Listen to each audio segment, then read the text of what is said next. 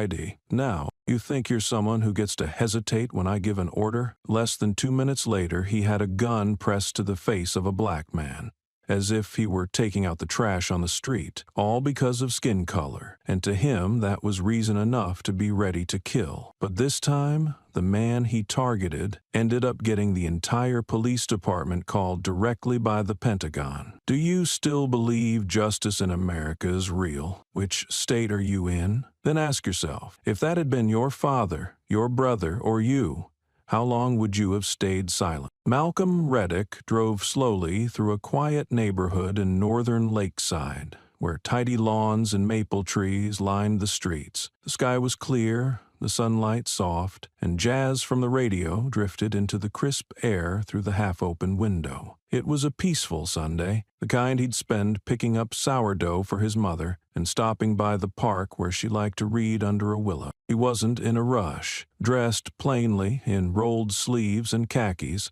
looking like any man you wouldn't remember passing. But in his rearview mirror, a patrol car had been trailing him since Main Street, not aggressively, just there, following every turn. His hands tightened on the wheel, not from fear but from habit, instincts honed over years, from his Bronx youth to his job in national defense. He turned onto a quieter street. The patrol car followed. He shut off the radio and silence took over. Sweat gathered at his collar. He made no sudden moves. Eventually, the cruiser flashed its lights. Malcolm pulled over slowly and carefully, stopping with both hands on the wheel, head turned slightly toward the window. He hadn't seen the officer's face, but something told him this wasn't routine. The street was still, no witnesses in sight. Malcolm inhaled deeply, mentally running through backup plans. Footsteps approached, heavy and close. A belt jingled, armed. He didn't look, but he knew. The officer was now less than 6 feet away. In the side mirror, Malcolm saw a flash of metal on the officer's waist and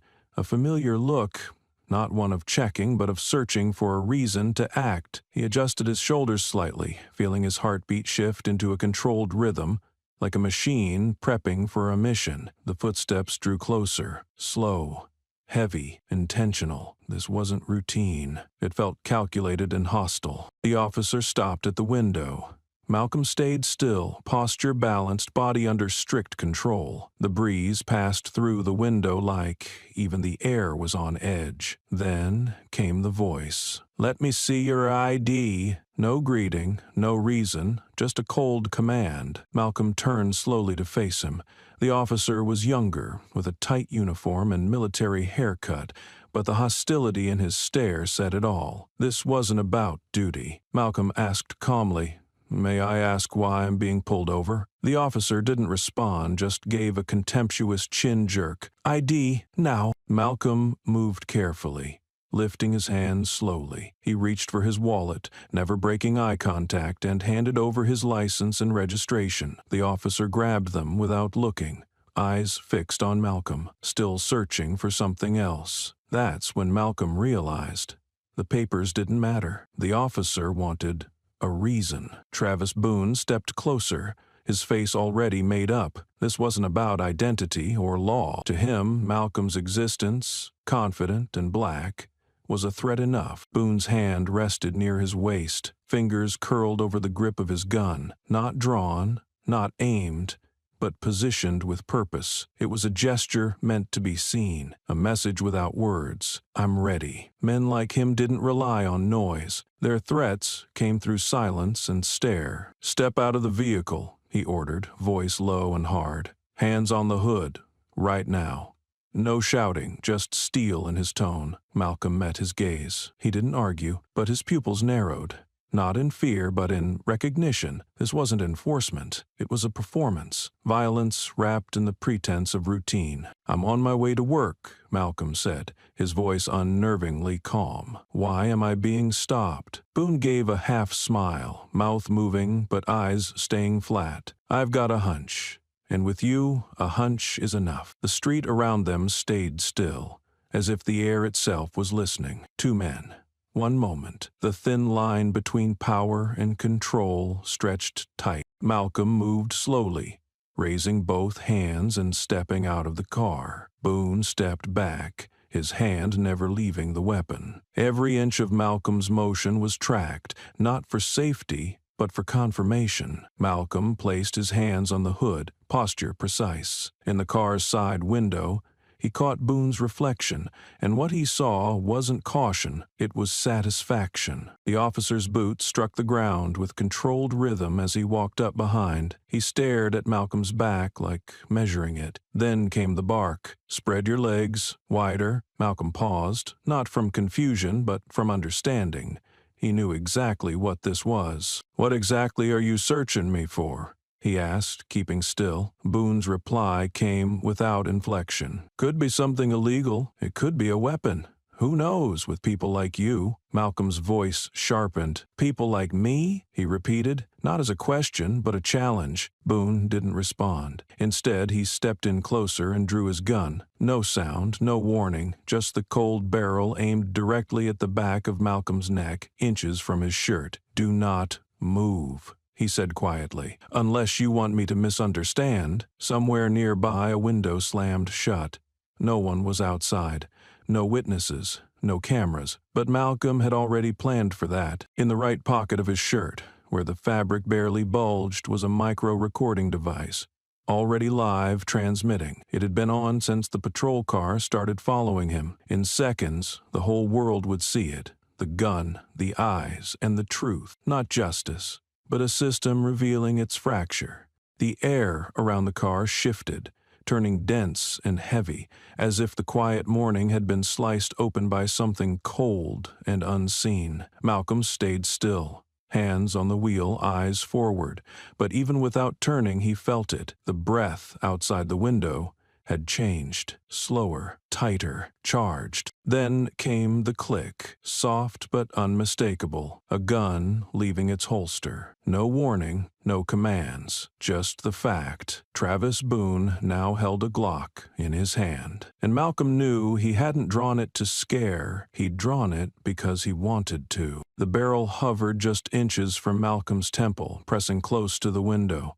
Boone angled his stance like he was handling a threat, but there was no fear in his expression, only control, only the quiet satisfaction of someone who knew there'd be no consequence. "Not moving?" Boone said, his voice thick with arrogance. "I already gave the order." Malcolm didn't answer. He couldn't. Words would be twisted. Anything he said could be turned against him. He kept his eyes on the weapon, not directly, but close enough to track it. This wasn't foreign to him. He'd seen guns before, but this wasn't war. This was home. Boone's grip tightened, fingers whitening. He waited for a flinch, a breath out of line, any excuse to escalate. "You think you get to hesitate when I give you an order," he growled. The muzzle pushed closer to the glass, warping Boone's reflection into something jagged. From where Malcolm sat, the world outside disappeared. No street, no sky, just the black circle of the gun, and the stare of a system that didn't need a reason, only power. In a moment that felt like a lifetime, Malcolm thought of his mother, still waiting at the park, under the willow, unaware this might be the day the sourdough never came. He tilted his head slightly, not to dodge the shot, but to make sure the rearview mirror's hidden camera would catch everything. If this ended with a gunshot, it wouldn't be erased. Across the street, an electric bike came to a stop. A young woman in a red helmet lifted her phone and began recording. She didn't speak, just held the camera steady, though her hand shook. A high schooler beside her stood frozen, staring at the gun aimed at the black man behind the wheel. At the block's end, an elderly woman carrying groceries stopped. She clutched the bag handles, eyes wide, her lips parted. "It's like 64 all over again," she whispered. No one asked what she meant. No one needed to. Those who'd lived it knew the feeling, when history didn't return as memory, but as presence. This time, though, there were cameras. Boone didn't acknowledge the watchers. He stood as if they weren't there, gun steady, eyes locked on Malcolm. Malcolm, hands still on the wheel, turned slowly. Their eyes met, one man holding power, the other holding a question. But what chilled the air wasn't the weapon, it was Malcolm's voice. Calm, clear, fatal. "How do you want me to die, fast or slow?" Boone raised a brow. Silence. Then a twitch at the corner of his mouth. A smile. Brittle and wrong. "You threatening me?" Malcolm's reply came cold and measured. "No, I'm just helping you come up with the excuse in advance." The woman's phone buzzed. She didn't answer. She switched to vertical, pushed the live stream to a wider feed. In less than a minute, 200 people were watching. One comment floated up. "Is he gonna shoot someone in broad daylight?" Boone felt something shift. The stillness had changed. A second car slowed behind Malcolm. The driver rolled down the window and began recording. What had once been instinct and control now felt exposed, not because of Malcolm, but because of the hundreds watching. Malcolm's voice remained steady. "I haven't resisted. I asked why. I handed over my ID. I haven't moved, and you're still pointing the gun." Boone snapped back. "I have the right if I feel threatened." Malcolm raised an eyebrow. "So what makes me dangerous? That I'm not yelling? Or that I'm not afraid of you?" Boone froze. No one had ever questioned him like that. Not with a gun pointed. Across the street, a child peeked from behind a curtain, holding a teddy bear. His mother yanked him back and shut the door. Malcolm saw it, and in that instant, he wasn't thinking about himself anymore. He was thinking about the kids who grow up watching this, who learn to fear a uniform before they understand what it's for. He looked directly into the rear-view mirror camera. No anger, no desperation, just a message. Look, if he didn't make it, they needed to remember he hadn't resisted. He was just living in the wrong color. His eyes shifted to the dashboard. His phone was glowing in the cradle by the gear shift. Boone said nothing, but the gun crept closer, trembling slightly, not from fear, but from the realization that control was slipping, power was unraveling. Malcolm slowly raised his right hand. Not fast enough to be threatening, but deliberate enough for every viewer to see. His fingers touched the phone. The world seemed to hold its breath. A soft beep. The screen read, "Connecting. OSD command line secure. No carrier. Just code flashing across black." Then a female voice, "Verify identification code." Malcolm didn't put it on speaker. He tilted his head. "Radix 09. Retrieval code Delta 6 Echo Kilo on." Boone flinched. He stepped back, gun still raised, but uncertainty crept in. He didn't know what this was, only that it wasn't normal. The voice returned, slower. "Verification complete. Current location, please advise." Malcolm said calmly, "Request escalation to the Office of the Secretary of Defense. Alpha level priority." There was a pause. Boone frowned. The words made no sense to him, but the phrase Secretary of Defense struck something deeper, not because he believed it, but because no one said that unless it was real. Then the tone changed. A male voice came through, older, clear. "This is the OSD office. Who is making contact?" Malcolm kept his eyes locked on Boone. He spoke slowly, each word deliberate and cutting. "This is Radix 09. I am under armed threat from a local law enforcement officer. No provocation, no lawful cause for stop or search. The incident is in a civilian area. Requesting verification and immediate assistance. All data is being transmitted live." 2 seconds of silence followed. Then the male voice returned, lower and grave. "Radix 09, signal received. Strategic level protection is now active. The subject is to disarm immediately. Civilian response unit en route. Estimated arrival 8 minutes. Boone stepped back for real this time. The gun lowered. His eyes flicked from Malcolm to the phone, to the civilian still recording across the street. He knew.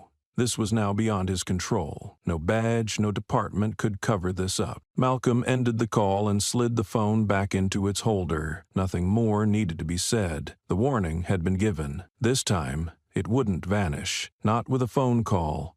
Not with a report, not with a lawyer. Now only one question hung in the silence. Would Boone still pull the trigger with the entire nation watching? Boone froze. His neck stiffened as if seized by a force he couldn't see or name. His eyes flicked to Malcolm's hand, where the phone screen still glowed bright. The words on it read, "Secure line. OSD, Priority Alpha. Something about that phrase made his stomach drop. Sweat began to soak through his uniform. He had no idea what that interface was, he'd never seen it before, and he'd certainly never heard of a civilian with direct access to a classified federal communication line. A woman's voice came through the phone. Her tone was cold, clipped, and official. Not a dispatcher, not local. She spoke like someone giving an internal command. Confirm location. The system is processing the incident. Boone looked up and down the street. A teenager still held their phone up, recording. A woman stood frozen with her hand over her mouth. No one stepped in, but no one walked away either. The whole street had gone still, not out of confusion, but because something bigger was unfolding. Malcolm hadn't broken eye contact. His voice was steady, calm, practiced. This is Reddick 09. I am currently under unauthorized, armed targeting in the Franklin residential area. No resistance displayed. Threat level under verification. Boone didn't know who Reddick 09 was, but he understood enough to realize this wasn't someone he should be aiming a gun at. Boone stepped back, not out of tactics, out of instinct. His pulse thudded beneath his skin, and for the first time, he wasn't in control. He was just a man trying to figure out what he'd triggered and if he had the rank to survive it. In the distance, a fire truck siren wailed, unrelated, but a sharp reminder. The world was still turning, and it wasn't turning in his favor. His throat tightened, dry, dusty, like something invisible had lodged in his chest. He'd pointed his gun at over 100 people in 11 years. Reports came, reports went. Nothing ever stuck. A few sentences, a call from a supervisor, case closed. But this was different. Something had shifted. The air itself didn't answer him anymore. He felt it in his bones. The balance was gone. Not with force, but in slow, certain collapse. A part of him wanted to bark an order, knock the phone away and reassert control, but a deeper voice that wanted to live, screamed back, "You don't have the power for this. You don't even know what this is." He looked around. An old woman stared at him, like she could see through every lie he'd ever told. A teenager typed quickly on a phone, maybe streaming. Boone hadn't noticed the cameras at first. Now, he realized everything might be evidence. Worse, he didn't even know what his next move was. Was Malcolm military? Federal? Someone connected to a real authority? Radix 09, command level. That wasn't civilian language, and no imposter could have gotten it validated that fast. Boone's vest clung with sweat. His hand ached, not from the gun's weight, but from the weight of losing control. Malcolm hadn't moved. He didn't have to. The silence did more damage than any confrontation ever could. In Boone's mind, every exit blurred. If he backed off, someone would ask why he drew the gun. If he pushed forward, and that call reached the wrong ears, his career, maybe even his freedom, would slip away for good. No word came from dispatch. No partner arrived to defuse the situation. He stood alone on a quiet street, facing a man he couldn't categorize and no longer dared to underestimate. His eyes dropped, not by choice, but instinct. And in that second it hit him. The gun had never made him powerful. It was the lack of consequence that had. But not this time. This time someone was watching. Maybe dozens, maybe thousands. The silence around him wasn't covered anymore.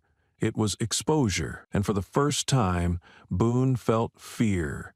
Not of Malcolm, but of something deeper, something foreign to him until now. He couldn't twist this narrative. He couldn't control how it ended. Franklin Street, North Lake, Maryland. A quiet stretch, lined with old triangle roof homes and chestnut trees. Garbage bins are rolled out every Monday. Train horns echoed in the distance. But this morning, nothing felt the same. Boone stood frozen, like a statue dropped into the street. Malcolm didn't say another word. He didn't have to. His last sentence had ended everything. The breeze brushed Malcolm's shoulder, carrying the scent of rotting wood, sun-warmed dust, and humid air just ahead of summer. But in his mind, time began to unwind. A soft ring rose in his ears, like a hum from deep underground. The street faded.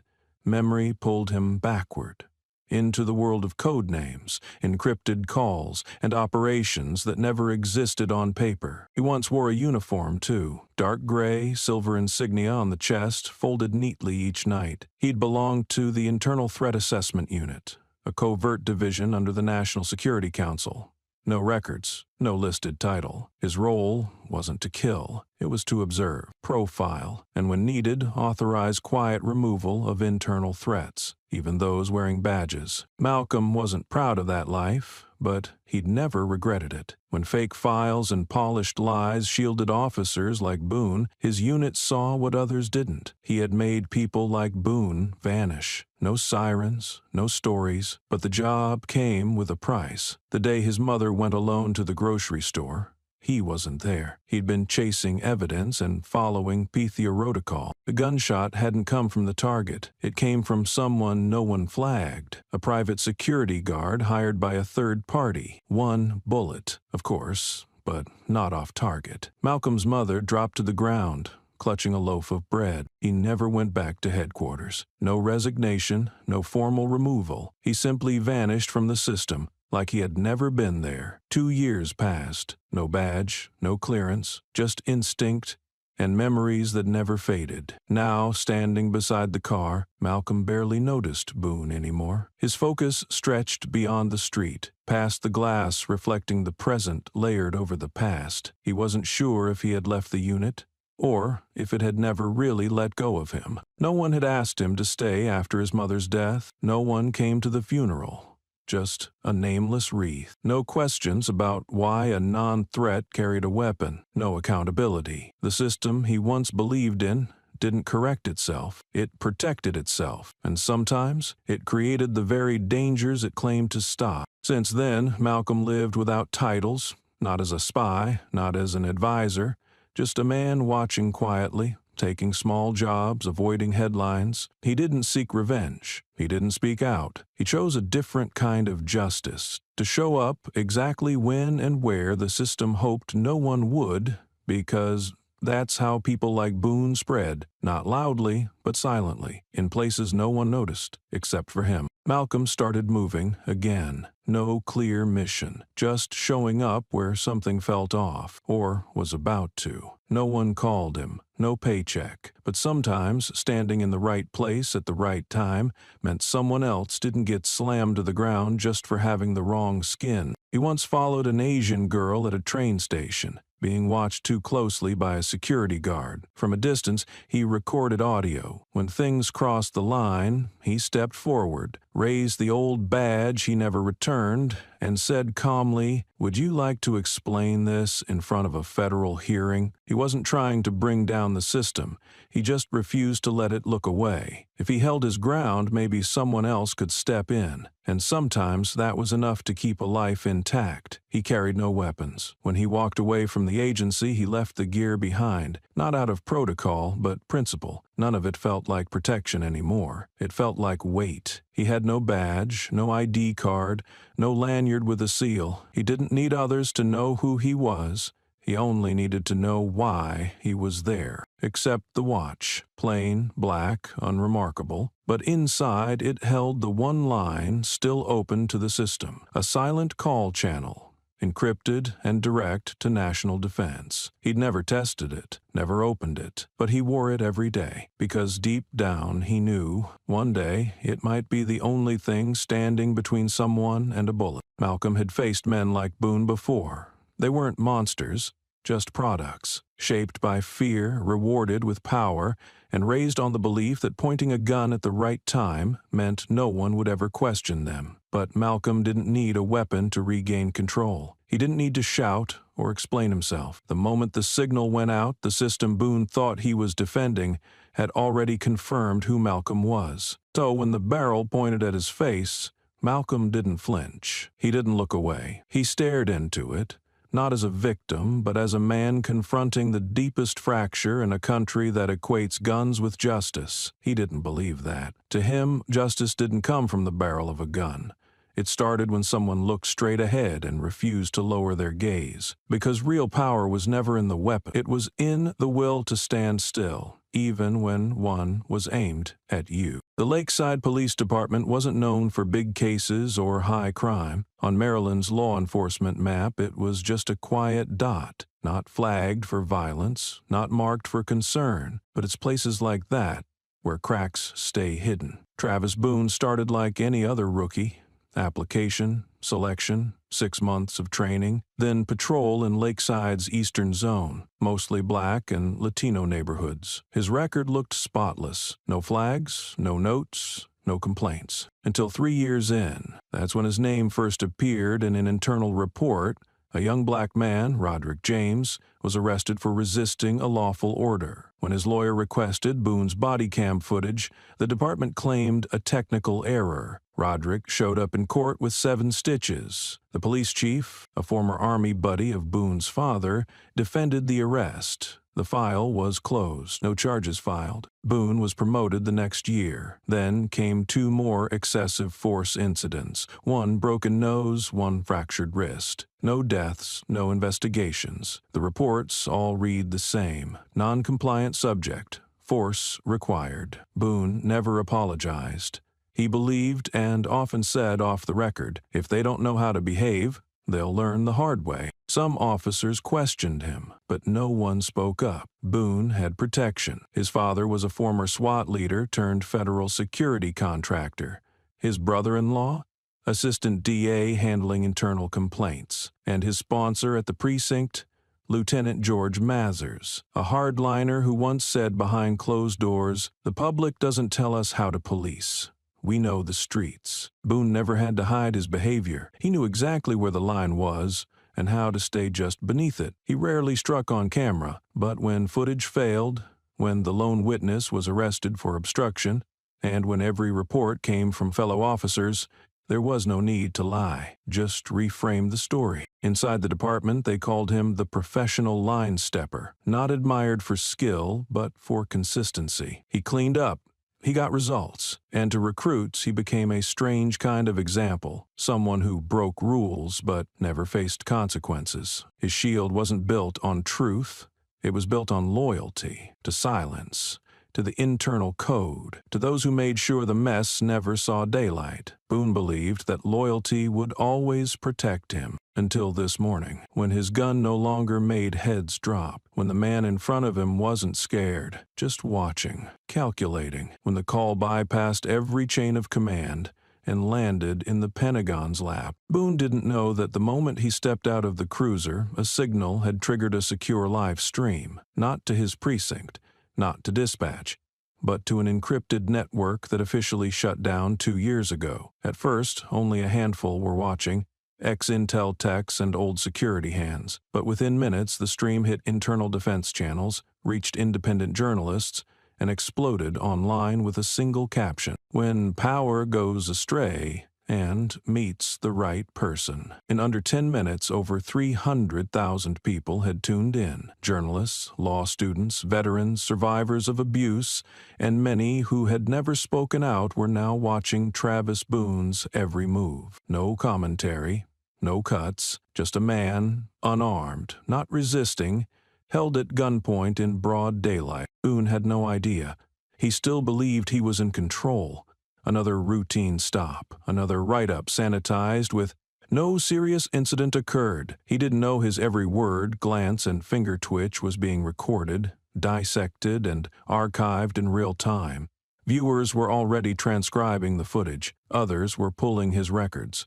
The same cases that once disappeared were surfacing again, not from within the system, but from the public it had failed, and he didn't realize the man he was threatening didn't need to defend his identity. The country had already started doing it for him. Who is Reddick 09? Became the question. Reddick threads lit up. A photo emerged. Malcolm next to a senator in 2019. Quiet voices from forgotten places began connecting the dots. His name wasn't on Google, but he lived in memory of those who were overlooked.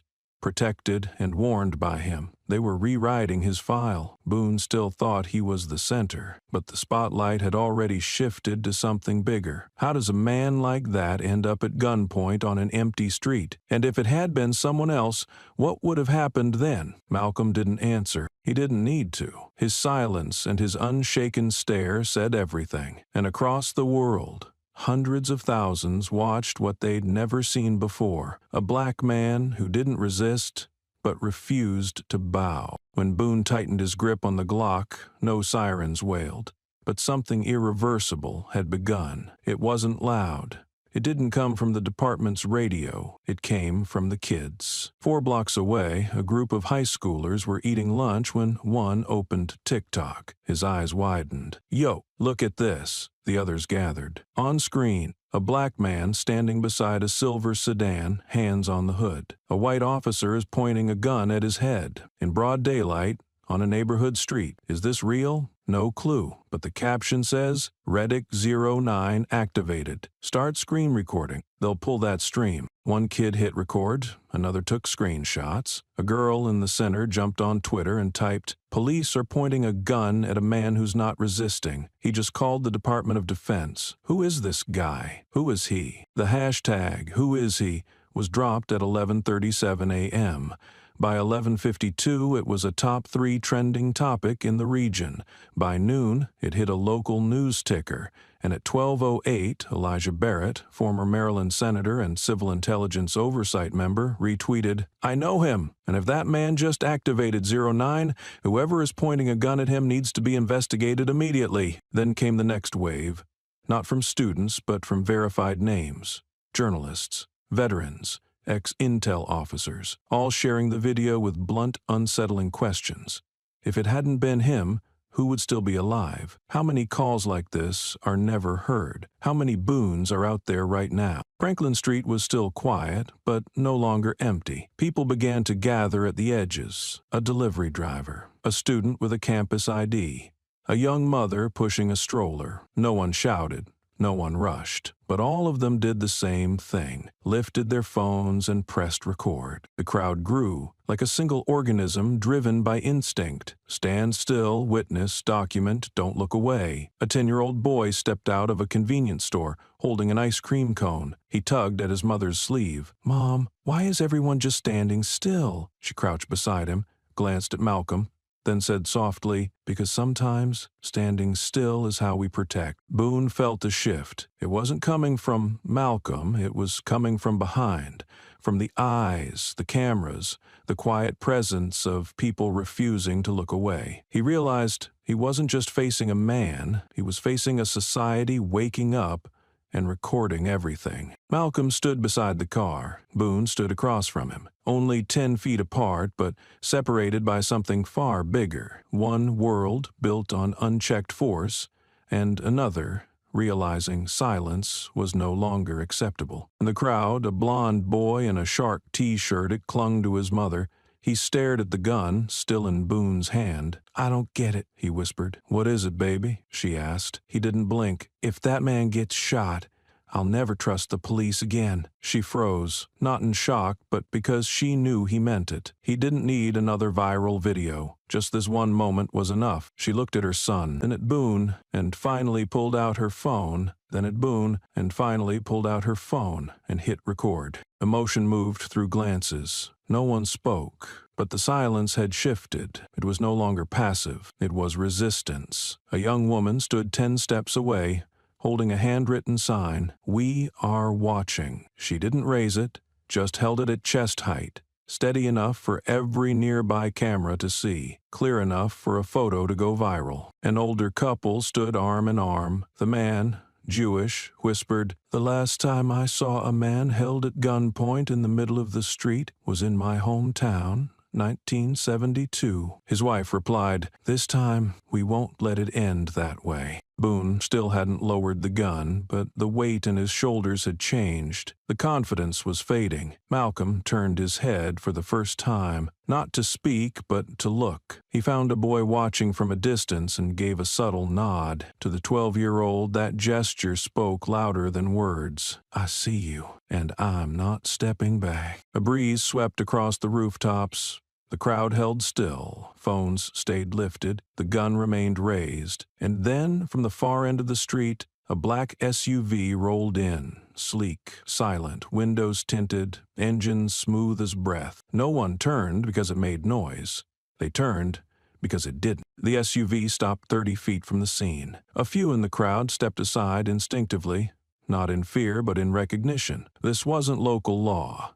This didn't belong. Boone glanced over, confused. His brow tightened. Something about that vehicle didn't fit his world. Then, without a sound, the car door opened, right on cue, and the street seemed to stop breathing. A woman stepped out of the SUV. Dark, unbranded suit. Hair was tied neatly at the nape of her neck. Low-profile shoes. No visible weapon, just a slim folder under one arm. Every step she took felt measured, like the pavement itself had cleared a path for her. Boone turned to face her fully. His gun was still raised, but his stance faltered. She stopped, 4 paces away. Her eyes didn't flinch. Not aggressive, not submissive, just direct. The way she held herself, spine aligned, chin dipped just slightly, signaled something only trained eyes would catch. This was real authority. "Travis Boone," she asked, not loud, but the kind of voice that nothing could talk over. Boone nodded. "Who are you?" he managed, his voice dry. She didn't answer. She pulled a plain card from her folder, one line embossed in stark black text: Office of Strategic Defense.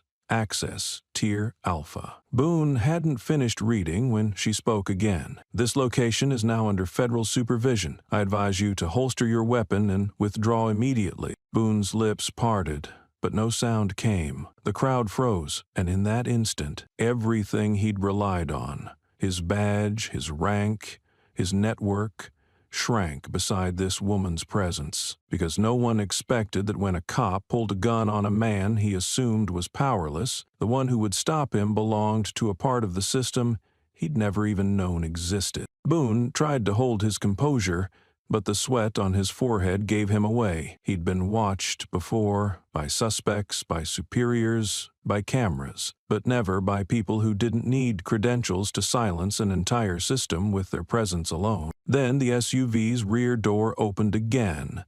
No barked orders, no tactical rush, just 3 plainclothes individuals stepping out in silence. One wore a white shirt and glasses. Another, a black windbreaker over an athletic frame.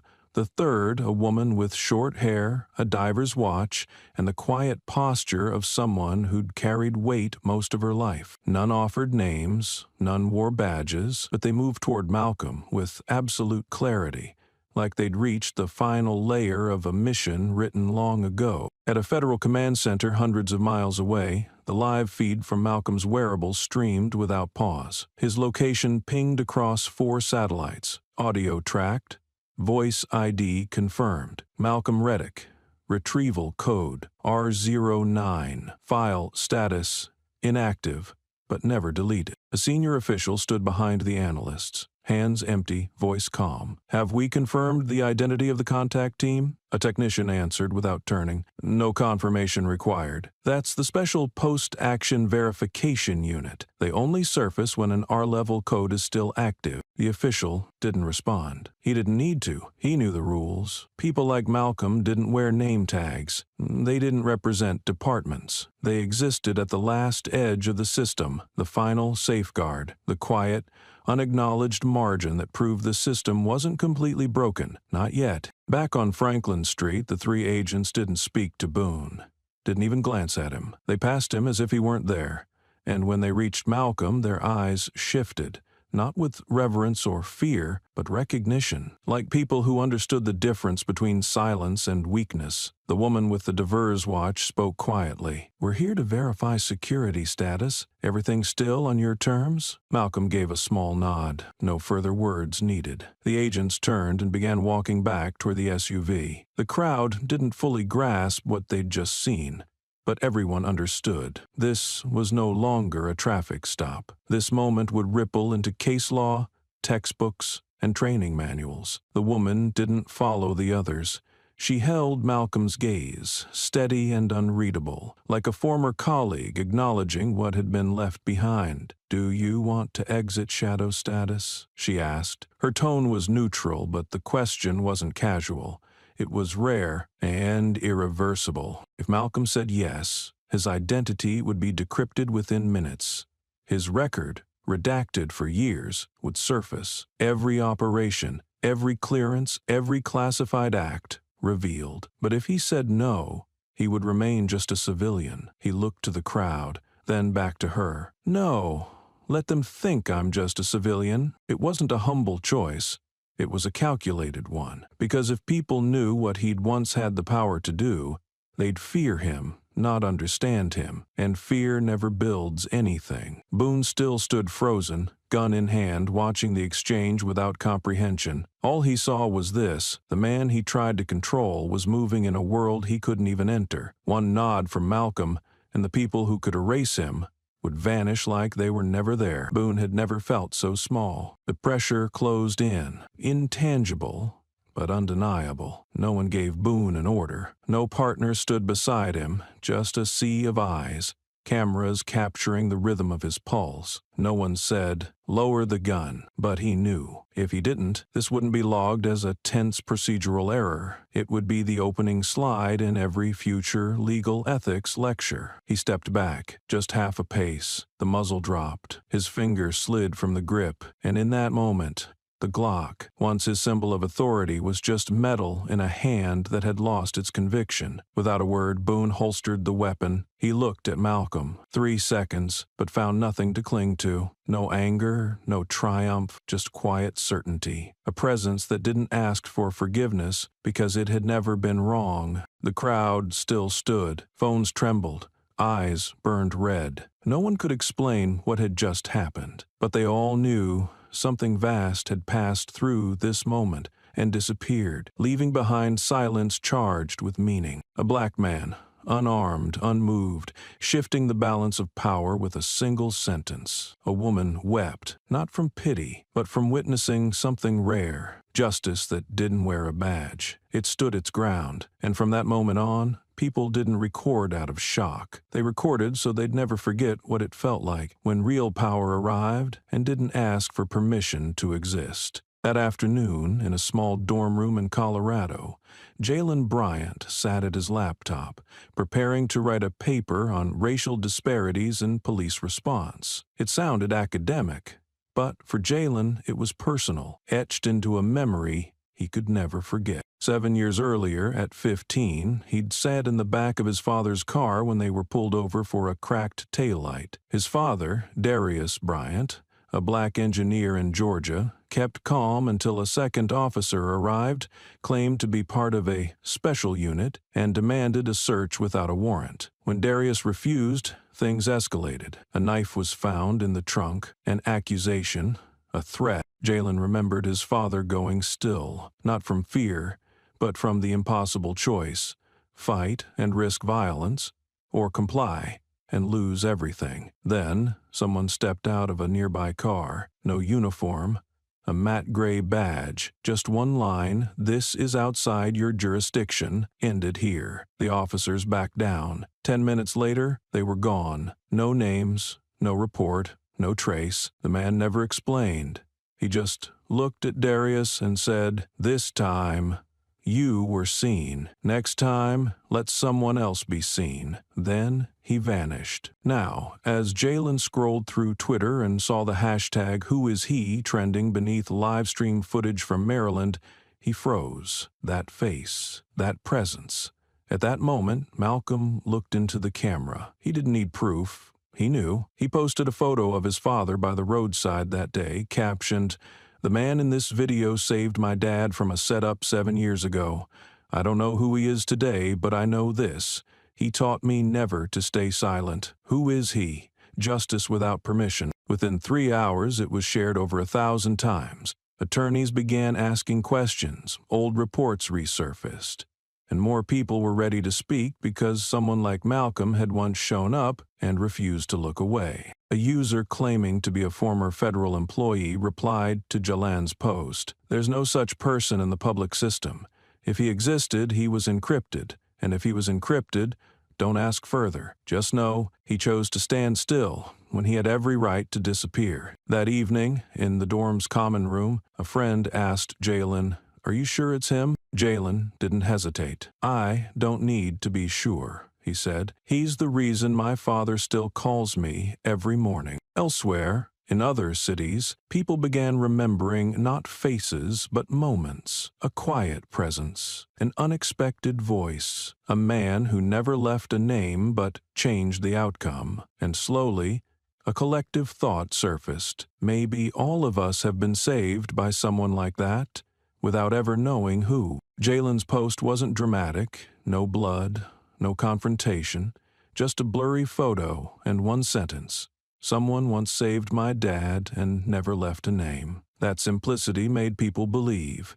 Within hours, stories poured in. A teacher in North Carolina recalled a man stopping a backpack search without a warrant. A retired librarian in Kansas remembered a man who stood silent while mall security backed off. The case later vanished. When Jalen's story was reshared by a major human rights group with the caption, "Some people don't need recognition but still manage to do what the system gave up on to see," the ripple became a wave. An independent journalist started digging. Dates, reports, patterns, and in the old file from Darius Bryant's case, he found it. A closed entry with no explanation, no name, just one cryptic line, "Not for public record." That single line, RN9, internal link not for public record, meant everything to those who'd once worked inside the system. It signaled a file once tied to a special operative, protected by internal encryption, and excluded from the usual bureaucratic framework. Anonymous former national security advisors confirmed, yes, that program exists. Our court operatives don't have civilian files, but they carry federal clearance for emergency actions. They show up only when the system runs out of time to fix itself. Malcolm's name still hadn't appeared in any official report, but the image of him on Franklin Street, still calm, unshaken, was now being linked to the private memories of people across the country. No one could map every detail, but the pattern was unmistakable. The same silence, the same stare, the same shade of intervention. And the truth didn't emerge through formal statements. It surfaced in unison, as more voices said the same thing. "I've seen him. He once helped me. I don't know his name, but I remember those eyes." When truth is rebuilt through memory, it doesn't need confirmation, just witness. A nurse in New Mexico recalled being detained by private hospital security, accused of stealing meds with no proof. As she reached for her lawyer's number, a man in the waiting room asked the guard one question: "Do you have a written warrant?" She was released. No fuss, no explanation, and when she turned to thank him, he was gone. A truck driver in Texas recalled being threatened with arrest after a rest stop. No dash cam, no witnesses, but a stranger appeared, spoke quietly to the officer, and left. 3 days later, the ticket vanished. A college student in Ohio remembered a moment at a train station, forced to open his backpack until someone walked by, flashed a silver-shined badge, and walked on. The officer backed off. "I thought it was luck," he said. "Now I'm not so sure." The stories were scattered, different states, different years, different circumstances, but they shared one thread. The man never gave his name, never asked for thanks, never showed up again, just acted and disappeared. There were no clear photos, but people remembered the way he walked, the way he looked you in the eye without threatening, the way he didn't argue or explain. just made it impossible for injustice to continue. When media outlets tried to reach him, interviews, awards, recognition, Malcolm replied once in an email to a local paper, "I don't need to be honored. I just don't want fear to happen again to the next child." His whereabouts remain unknown. Federal agencies won't confirm the R09 designation. Defense and Justice declined to comment. Human rights groups stayed silent. Some files aren't reopened because the best protection is to leave them closed. In Franklin, Maryland, the SUV is long gone. The street has returned to its routines. Footsteps, vendor calls, children playing. But something stayed behind, not on the pavement, not in the footage, in memory. Because that day, a man with no uniform stood inside a broken system and made it stop. People still ask, who is Malcolm Raddick? But maybe he said it best when he stepped back from the light. Some people don't need statues. They just need to make sure one child never has to bow their head in fear again. As Jalen's post rippled across social media, more voices began to speak. Those once helped, once spared, once quietly protected. Together, their memories stitched a web of shared experience. And while the spotlight chased Malcolm's silence, something else stirred beneath it all. Not Malcolm, Boone. The name Travis Boone appeared not in headlines, but in an encrypted transmission sent directly to a classified division within the Pentagon. The message was brief and starkly titled, "Subject related to former R09 personnel, Monday, 8:00 a.m. Third floor of the Lakeside Police Department." The weekly personnel meeting had just begun when a federal courier arrived. No announcement, no warning. The sealed directive bore the insignia of the Office of Strategic Defense.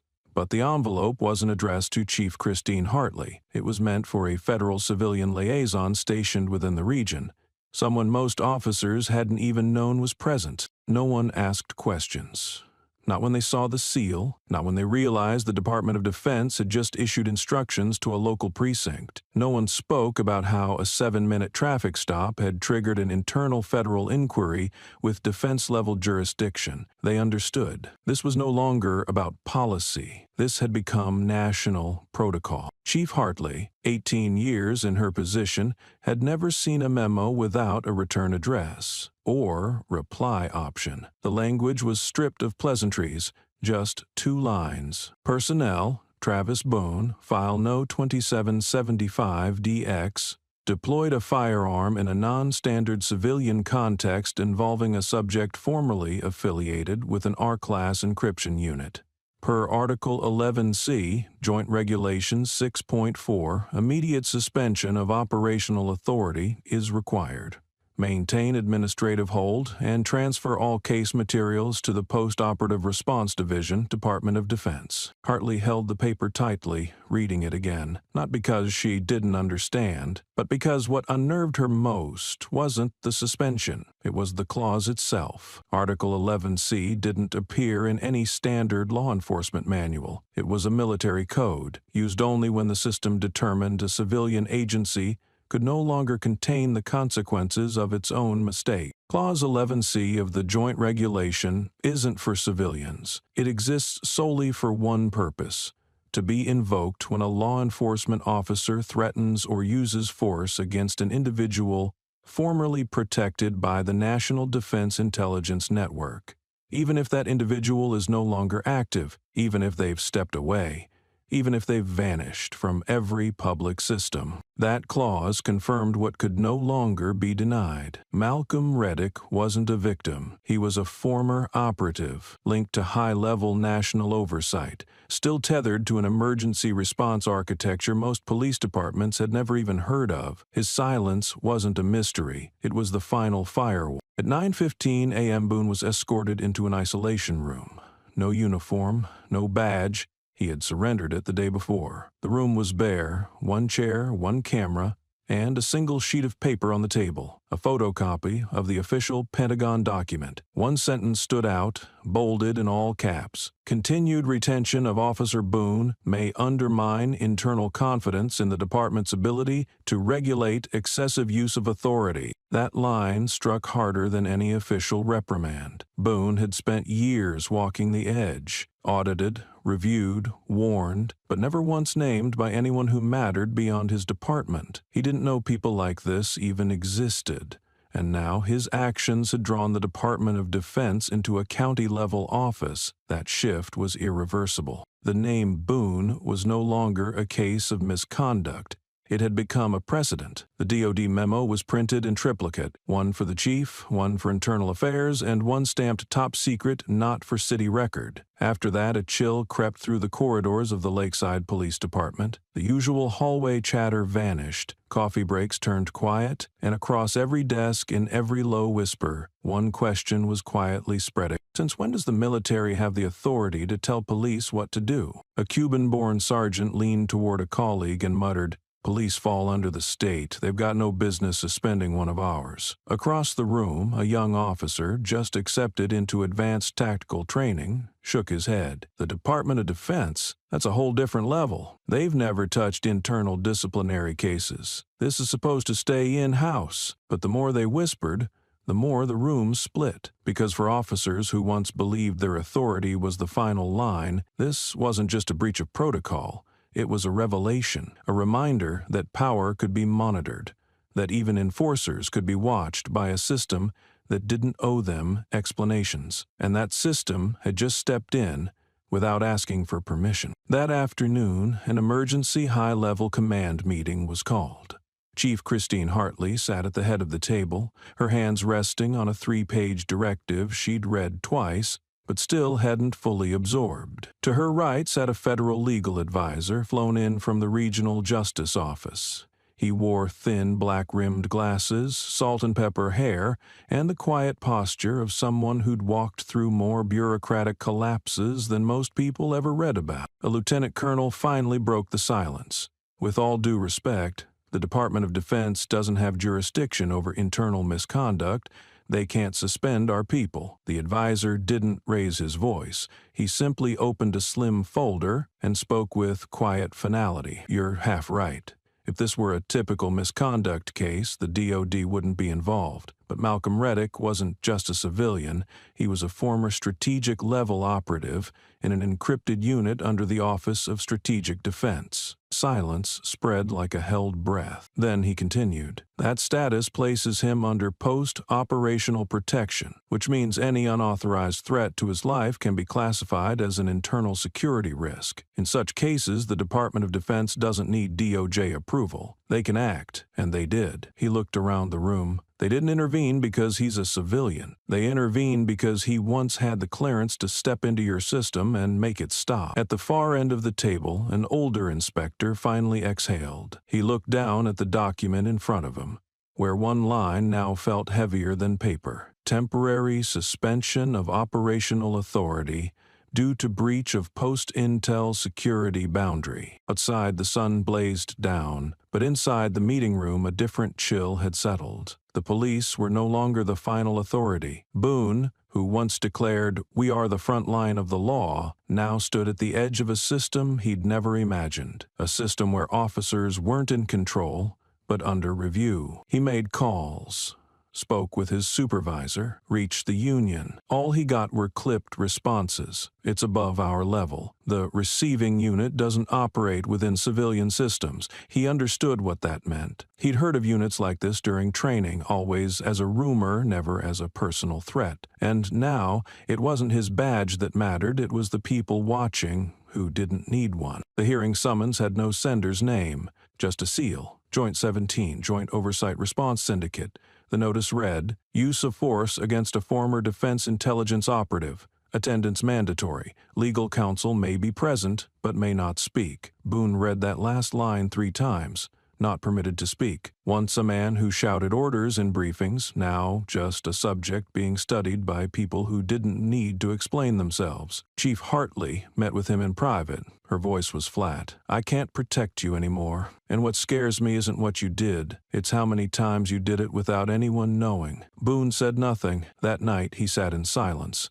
Phone buzzing with a message from a former colleague. The system never protects its people. It protects itself. He looked at his empty hand, once holding a badge, then a gun. The man he'd tried to control was never no one. Boone just hadn't been allowed to know. Now, The docket listed his case. Subject, Travis Boone. Evaluation of competence, responsibility, and consequences regarding post-intelligence personnel. Tomorrow, Boone would walk into a room without a judge, without allies, and without the illusion that he still belonged. Greystone Annex Building, Administrative Security Zone 2EB, just outside Arlington, Virginia. Unmapped, triple-fenced, swept constantly by thermal surveillance. No signage, no reception, just a steel door requiring biometric access. Boone arrived alone in a department-issued vehicle. No escort, no lawyer. The only person to meet him was a systems operator in a plain white shirt, holding a blank ID. No names were exchanged. He was led 3 levels underground. Low ceilings, soft humming lights, walls padded for sound. The hearing room was octagonal, with 8 chairs curved inward. Only 3 were filled. No uniforms, no visible ranks. The door sealed shut behind him, and with it, the air seemed to leave the room. Boone sat. A man in the center chair, gray-hailed, buttoned up, spoke calmly. "Mr. Boone, we will begin now." He didn't introduce anyone. He didn't need to. "We speak on behalf of the Strategic Post-Intelligence Oversight Council. This is not a criminal proceeding. It is an assessment. If that assessment crosses the threshold, it may be escalated to the Federal Strategic Security Director." The man opened a thin folder, barely a dozen lines inside. No photos, no transcripts. Because this room wasn't for examining mistakes, it was built to examine intent. "Do you know why we're permitted to sit before you today?" Boone's voice was tight. "Because the man I drew my weapon on wasn't a civilian." "No," the man said. "That's just the surface. He belonged to a system you were never meant to encounter, and you activated it without understanding what it meant." Boone clenched his fists. "I was following operational reflex." A second voice, female, sharp, precise, cut in. "No, you were following reflexes shaped by impunity. Over too many years." Boone met her eyes. "I didn't fire." "Exactly," she replied, "which is the only reason you're sitting here, not in holding. But the question isn't what you didn't do. It's why, when faced with a man who stood still, your first instinct was to reach for your weapon instead of your words." The silence that followed wasn't empty. It was the sound of a system folding in on him, recording, analyzing, concluding. Boone understood. This wasn't a hearing about a single moment. It was a judgment about identity, and why, from this point on, would he never again be allowed to call himself a protector? Inside the hearing room, there were no slamming doors, no camera clicks, no raised voices, none of the noise Boone had come to expect from disciplinary meetings. But the silence here was worse. It didn't feel passive, it felt designed. Each second of stillness seemed calibrated to peel back layers of thought, to strip away the usual armor of routine answers and procedural lingo. The air was too still, and every breath Boone took felt like it echoed. Across from him sat 3 individuals, expressionless, unbadged, unmoved. One of them, a man in his 40s, with a perfectly pressed shirt and black tie, leaned forward ever so slightly. His voice was quiet, exact, leaving no pause between syllables as he asked why Boone had drawn a weapon on someone formerly protected under the R-code system. It was not the kind of question Boone had ever faced. In his world, no one asked why he drew a weapon. They asked if the protocol was followed, if the paperwork was filed, and if the body cam was on. Here, the interrogation wasn't about procedure. It was about perception, about power, about the deeper assumptions that shaped his instincts. Boone glanced at the thin folder in front of him. There was no mention of Malcolm Reddick by name,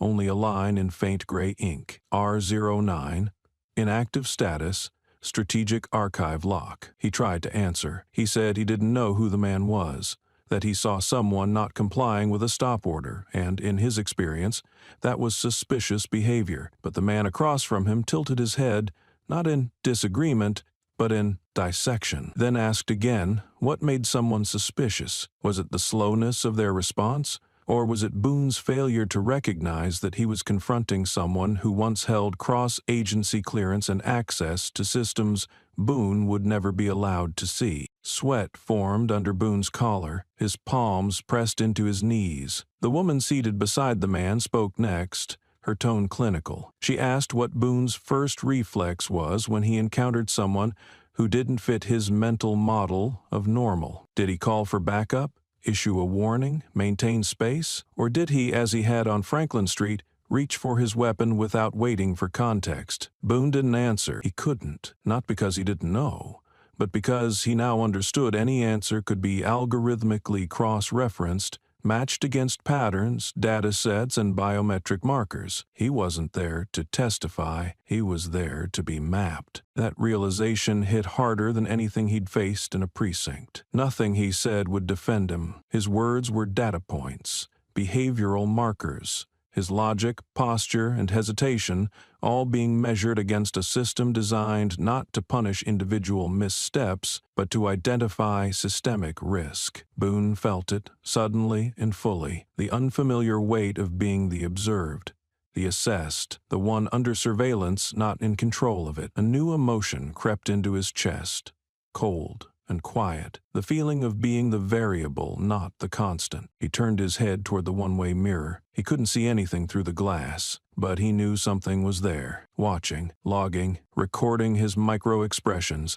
the cadence of his voice, and the tremor behind his silence. This wasn't just an internal inquiry. It was something else entirely. Boone understood now. This wasn't about his misconduct. It was about how his behavior, unquestioned for years, had finally crossed a threshold, one that triggered a federal system built not for public accountability, but for protecting national integrity from within. The hearing lasted over 2 hours. Each question felt pre-written, calculated to reveal patterns, not provoke debate. Every reaction from Boone, a furrowed brow, a shift in breath, a tightened jaw, was silently logged by microthermal lenses and acoustic sensors embedded in the walls. Boone gave the same responses he had always used. I followed procedure.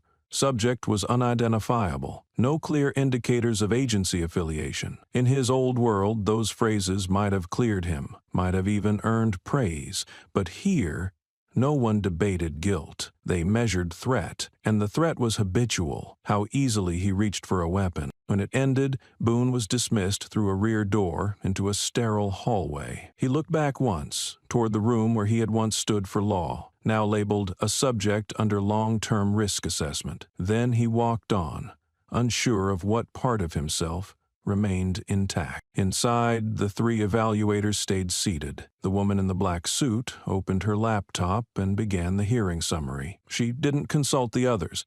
There was no need. The conclusion was clear. She typed, "Unwarranted weapon draw by personnel Travis Boone is not considered an isolated incident, but the cumulative result of biased training models and internal immunity structures." Then she added a line for permanent record, not punishment. Had the individual at gunpoint not been Malcolm Reddick, with R-level emergency clearance, the likely outcome would have been fatal. We do not have a mechanism to forget that. That sentence would be encrypted, stored in the Internal Security Archive, and cited in future audits, not only for Boone, but for anyone operating on similar patterns. Far down the corridor, Boone passed a frosted glass panel. In it, his warped reflection stared back. No badge, no weapon, no command to call, and for the first time no one referred to him as an enforcer. Only a name beside a date, and a sentence no one could erase. If it hadn't been him, someone else would be dead, and we do not have a mechanism to forget that. The next morning, the name Malcolm Reddick appeared on the front pages of 3 major newspapers, not as a suspect, but as a mystery. One headline read, "The Man Who Did Not Bow." Another declared in bold a shadowed identity. Who was the man at gunpoint? No one could trace the leak. It might have come from a technician who glimpsed the R09 designation, or from insiders seeking to reframe Malcolm as a product of an unregulated intelligence structure. Within 48 hours, the media had split into 2 opposing camps. The first, led by independent journalists, civil rights attorneys, and communities impacted by police violence, began compiling evidence of Malcolm's past interventions. There were no clear photos, no statements, just scattered memories, stitched into a rough but compelling narrative. He showed up when no one else would. No badge, no name, but he changed everything. Leader never asked to be thanked, Online, thousands shared the Franklin Street video, slowed frame by frame, analyzing Malcolm's every breath, every glance. One cultural critic wrote, "It wasn't because he was stronger, it was because he knew the system better than the man with the gun, and still chose silence." The second camp asked sharper, more suspicious questions. Why is someone with national security clearance allowed to remain hidden? Who monitors someone like Malcolm? One network aired a headline, "Hero or Mole." Several lawmakers demanded disclosure of his records, arguing that any former operative now living among civilians must fall under special surveillance. Political panels exploded with a single debate point. Should justice ever be anonymous? Amid the uproar, the Department of Justice held a short press conference. No questions allowed, just a pre-written statement read by a spokesperson in a gray suit. The incident involving the improper use of a firearm by a local officer is currently under interagency coordination. Due to the threatened individual's prior strategic role in national security, all associated records are managed under a separate protocol in cooperation with the Department of Defense. No clarifications followed, no public comments from Malcolm, but the divide had already widened. To some, he was a ghost in the service of justice. To others, a symbol of government secrecy, unchecked. But either way, the system had been forced to acknowledge him, and no one could pretend he hadn't existed. We will neither confirm nor deny any elements about R-level classification. The DOJ spokesperson didn't smile or look at the cameras. The statement ended in 2 minutes and 19 seconds, just enough for the public to understand this was no longer a matter of ordinary justice. In a quiet cafe in another state, Malcolm sat alone. No one recognized him. On the table, a notebook, a pen, and a headline that read, "The man who stood still shook the Department of Defense." He read it, turned the page, and wrote, "If someone needs to stand still again, I will still be there." Outside, the media kept arguing, but that noise only proved why Malcolm had never spoken for himself. The DOJ's silence was expected.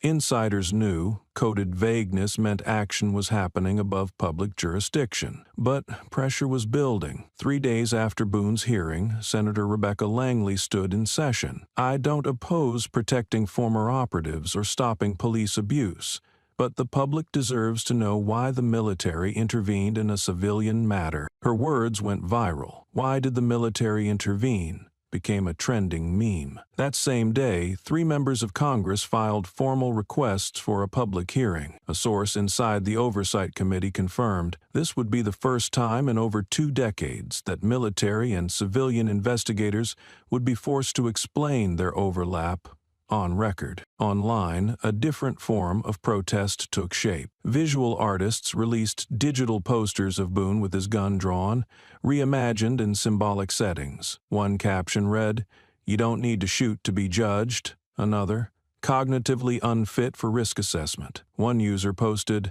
"Not pulling the trigger wasn't enough. He picked the wrong person." The phrase caught on fast. At a university, a media professor asked, "What got Boone held accountable?" A student replied, "Not the gun. It's because this time he didn't control the camera." The room went quiet, not from surprise, but recognition. Everyone understood. It had always been true. This time, the truth had proof. 9 days after the Franklin Street incident, a quiet update appeared on the Federal Oversight portal. No press release, no names, just a case file.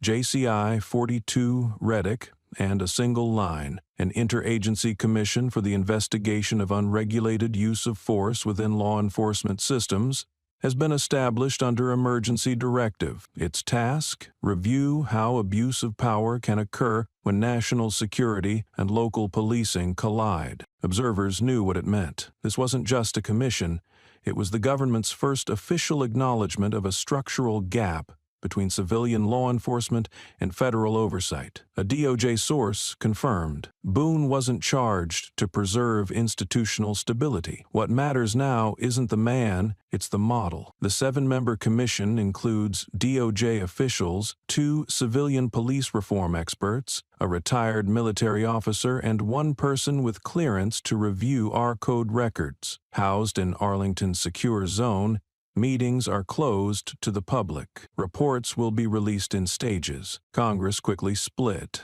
Some conservatives called it reverse militarization. Others demanded transparency, but civil rights groups called it a step forward. One attorney wrote, "We've fought to stop guns from being used without reason.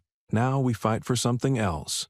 That drawing a gun always leads to questions before someone dies." Boone's name didn't appear in the announcement. Once praised for handling tense situations, he was now quietly erased. His role no longer needed mention, because the spotlight had shifted to something bigger. Now, the system itself was under review, not to be defended, but to be examined. Not because it failed outright, but because it nearly killed the wrong person. And that person, by choosing not to run, forced everything to pause. Sometimes, standing still is all it takes to make a powerful move. They say every story that brushes the system eventually turns its central figure into a symbol, whether they want it or not.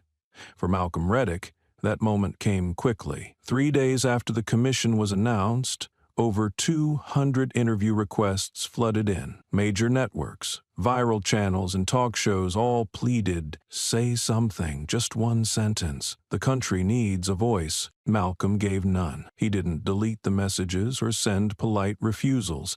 He let them sit, untouched, as if waiting to see how long they'd chase someone who refused to play the game. His neighbor, Mr. Garris, noticed first. No Malcolm on the porch, watering mint pots, curtains drawn, mailbox empty. On the third day, he knocked. No answer, just a note under the door. "I'm not running. I just don't want to become a symbol I don't believe in. Please take care of the mint pots for me." Mr. Garris didn't tell anyone, but that afternoon, the mint pots were watered. Malcolm moved quietly, 80 miles out, to a town where no one asked questions. He rented a small upstairs room with no internet, no cable, just a desk, a chair with a cracked armrest, and a window overlooking pine trees. He began to write short reflections about the moments he'd stepped in when others stepped back, and why he never left a name. Years ago, he told a young soldier, "The safest way to survive the system is to make sure it can't remember you." He was keeping that promise now. On the news, a broadcaster called him the hero who stood still, now off the radar. No one knew if it was praise or judgment, but Malcolm understood. When you don't seek the light, it's the system that has to account for your absence. And sometimes, the most lasting influence is silence, arriving where noise is expected. His next chapter didn't begin with applause. It started in that quiet room, facing trees, where he wrote not to be read, but to remember why stillness had once been more powerful than any command. When he left his old apartment, only the landlord knew. Malcolm left a thin envelope, rent, keys, and a note. "I'm not running. I'm just changing my position." As he pulled away, a delivery worker approached with an envelope sealed in red wax, no sender listed. Malcolm opened it in the car. One line inside, written in neat, slanted handwriting, familiar from classified files. "We know you're still doing the job, but this time, let us hold the line." There was no urgency, no command, just understanding. The letter was a quiet acknowledgement that Malcolm's silence wasn't fear, it was closure. He had fulfilled his part. What came next, the system would have to face on its own. It wasn't quite consent, and it wasn't a goodbye. It was a passing of the torch, without fanfare, without noise. Malcolm folded the letter, tucked it into the inside pocket of his jacket, and started the engine. He didn't go far, just southwest, toward low hills and quiet towns beyond G Tower's reach. Places with no highways, no headlines, just 2 intersections and people who lived without being watched. It was a town he had passed through once, years ago, not on duty, not surveilling, just observing how life moved when no one interfered. He brought almost nothing, no weapons, no tech, just an old notebook, its spine worn, corners creased, early pages blurred from rain. Inside, no codes or tactics, only fragments of memory. 2017, bus stop, brown-skinned student, backpack search. I asked, "Do you have a warrant?" The officer stepped back. "No one, thank me, no need." Or, "Indian woman, grocery store, false alert. I stood between her and the scanner, no words, just her eyes. He didn't write to document, he wrote to remember. Because to him, justice didn't need monuments, it needed repetition, enough repetition to feel familiar. So he went, not to disappear, but to be present where presence still mattered. Not in crowds, but on the edges, beneath trees, in places where no cameras rolled, where no one expected someone to intervene, and yet someone might. The night before he left, he didn't make a plan, he simply walked. No one noticed. The city buzzed with screens, earbuds, and storefront lights. It never slept, but no one saw the man in the rough jacket, hands in pockets, eyes steady as still water. He ended up at 12th Street, where a quiet residential block met the edge of government buildings. He had passed it 100 times, but this time it felt different. A pause in the map, a crossroads. No traffic, no destination. Just wind brushing his collar. Distant sirens humming like static in the background. Routine noise from a system that didn't yet know it had been made to stop days earlier by a man who never raised his voice. Malcolm didn't smile, he didn't frown, he just stood there. Not as a protest, not as farewell, but as a kind of recognition. Then he turned, not with finality, but with intent. Quiet, steady movement from one edge of the story into whatever waited beyond the next horizon. In front of him stood an elementary school. The iron gate was locked, but the yard lights were dim. Trees rose quietly in the dark. The grass was trimmed. Faint chalk lines still clung to the blacktop. Then Malcolm saw it on the front wall near the administrative office. A simple poster taped with 4 strips of clear tape. No frame, no logo, just an image from the video that had spread. Malcolm standing still, unflinching, Boone's gun still raised but weightless. Beneath the image was one plain sentence, printed in basic font. I just want the next child not to have to lower their head. Malcolm stood there, wind brushing his sleeve, eyes on the wall, and something about that moment felt heavier than any headline. Not because the photo was of him, but because it no longer belonged to him. It had become something else, an action remembered, reshaped, and re-owned by others. That image wasn't about Malcolm anymore. It was about tomorrow's children, those growing up in a world where justice was no longer confined to laws. He didn't take a photo. He didn't take it down. He simply stood still, reading the words, and after a long moment, he gave a slight nod, not to the photo, but to the people who had remembered it, to those who hadn't looked away. The next morning, as light broke, Malcolm left the city. He didn't glance back, not because nothing remained, but because what mattered had already stayed. Not in buildings, not on screens, but on a school wall, and in the minds of those who had once seen a man stand still, and found the courage to do the same. No headlines followed, no cameras, no reporters, and that was exactly how Malcolm wanted it. Because once a moment becomes larger than the man must step away so the moment can breathe on its own. He drove off without a destination, just direction, away from attention, toward quiet, leaving behind not a name, but a reminder. Stillness, at the right time, can change everything. When Malcolm left the city and stepped into silence, another unit quietly began its work. Just as quiet, but holding a power few dared confront. Post-strategic security risk control. This unit had no office, no signage, and no public record. Its members came from the military police, intelligence, and federal law enforcement. Their sole mission to identify threats, past or future, against anyone ever designated under R-level classification, active or retired. Malcolm Reddick had once carried the R09 designation. That alone meant anyone who had ever posed a threat to him, knowingly or not, fell within the unit's scope. Boone had no idea he'd become a subject. His file wasn't flagged as criminal. It was backtracked from the moment his hand touched his weapon. That act triggered a full review.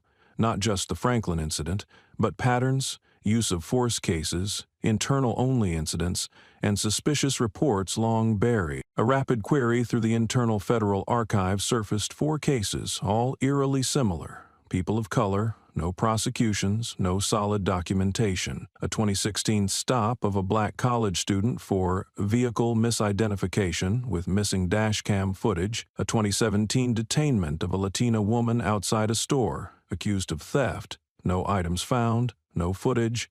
Body cam under maintenance. A 12-year-old black boy was cuffed during a school drill. A Middle Eastern man stopped near a government building for lingering, all signed off with vague phrases like evasive behavior or training necessity. Those files, unopened for years, were now cross-referenced and reclassified under a secure subdirectory, R9 R Retrace. The unit issued no warnings, no interviews. Their job wasn't to punish, it was to detect the habits that might someday put another operative, another life, at risk. Boone was no longer a name on a precinct file. He was a statistical anomaly in a federal risk model. One overlooked report from 2018 revealed Boone had ordered a middle-aged black man to leave a public park during a rainstorm for sitting too long. No complaint was filed. But GPS data showed Boone remained in the area for 40 minutes afterward, without administrative cause. Another file, more troubling, involved an Asian American woman stopped at a train station for suspicious movement. Boone's report claimed, "Bag checked, no dangerous items." But there was no footage, no witnesses, and the woman's later complaint was never archived. Now those cases were no longer isolated. They were connected, not as misconduct, but as evidence of a pattern. The unchecked use of power, insulated by routine, ignored until it reached the wrong person. And this time, it had. Not because someone resisted, but because someone stood still. In 2021, Boone shoved a 13-year-old boy for drawing on a school wall. The report read, "Warning issued, no force used," but a staff memo told the truth. He yanked that kid like he was a criminal. That memo was quietly labeled internal handling, no archiving required. A 42-page report, JRI 8112-D, was compiled by a defense team. But instead of going to the police chief, it was sent directly to the National Judicial Process Oversight Commission.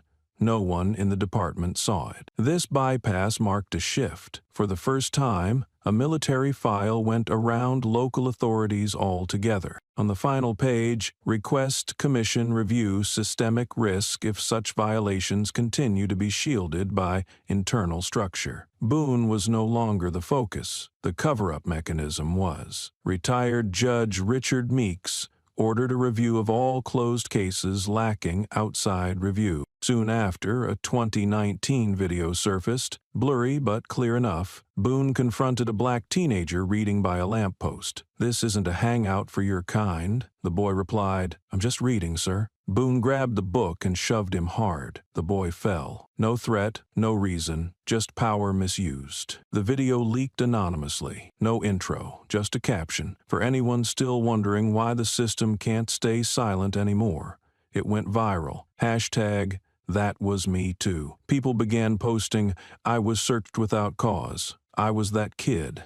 I didn't scream, but I remember." Boone had finally been pushed out of the shadows that once protected him. Now the spotlight wasn't on one shove. It was on the system that made that shove disappear. No one knew where the video leak came from, but within a day, the focus shifted. It wasn't about Malcolm anymore. It was about Boone. The question spread like fire.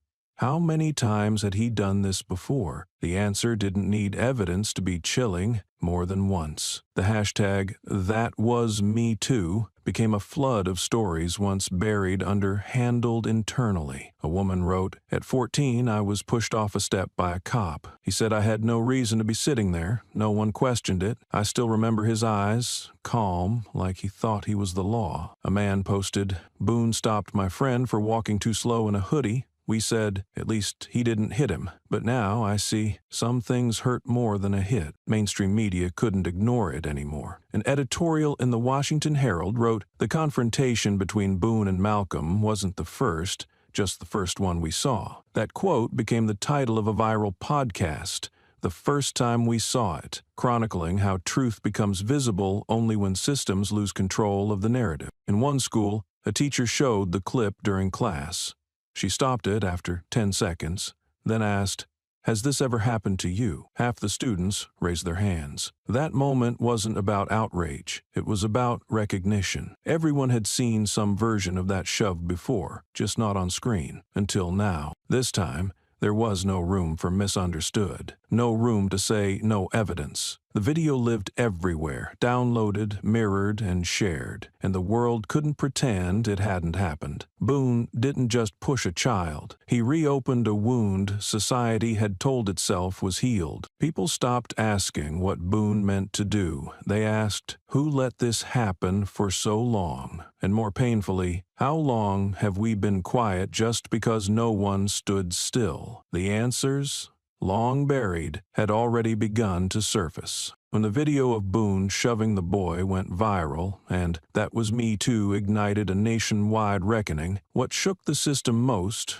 wasn't the shove, it was the silence that had protected it for years. At the center of that silence was Lieutenant Lewis Mathers. Mathers wasn't known to the public, but inside the Lakeside Police Department, he was the gatekeeper. A veteran officer turned administrator, he rose by managing who to shield and when, keeping the department stable. Boone was one of his protégés. Rough, useful, and paperwork light. No one said it outright. Everyone knew. When the Department of Defense flagged 4 Boone incidents, they followed the paper trail. Each ended with Mathers' signature. He first called it routine processing. Then a recording surfaced, and everything changed. The audio was short, just under 3 minutes, but the voice was verified, uncut. Mathers told 2 junior officers, "They don't need to learn right from wrong. Just fear. Fear of being pulled over. Fear of papers. Fear of being dragged for a look. Cops don't have to be right. They just need others to think they are. That's what keeps order." The leak broke harder than any report. This wasn't just about Boone, it was about the system that backed him. One voice memo cracked the myth of quiet protectors. Now the question wasn't what Boone had done, it was who let him keep doing it, and why. Within hours, the clip hit national news. The Lakeside Department spun into chaos. Their spokesperson refused to comment and was dismissed 2 days later. Headlines blazed.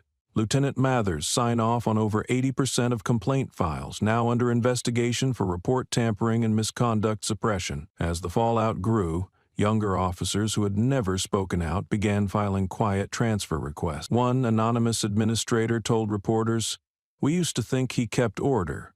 Now we know he kept silent." This time, the system couldn't hide behind press conferences or vague statements. It couldn't say, "We need time to verify," or "One man doesn't define the whole." Because Mathers wasn't just one man, he had become the system's face, inside not outside. When his recording leaked, something shifted. No more internal clarifications. No more image control memos. For the first time, a group of active officers issued a public dissent, signed with full names. No drama, no threats, just the truth. The letter was blunt. "We cannot remain silent in the face of force rooted in racial bias. Justice cannot come from a gun aimed at skin color. A person does not need a badge to deserve dignity." 13 officers signed. Among them, 3 rookies, 4 veterans, 1 who had trained under Boone. One journalist called it a moral secession. A former military lawyer said, "The real threat to broken systems isn't protest, it's when insiders stop defending them." Then came the official break.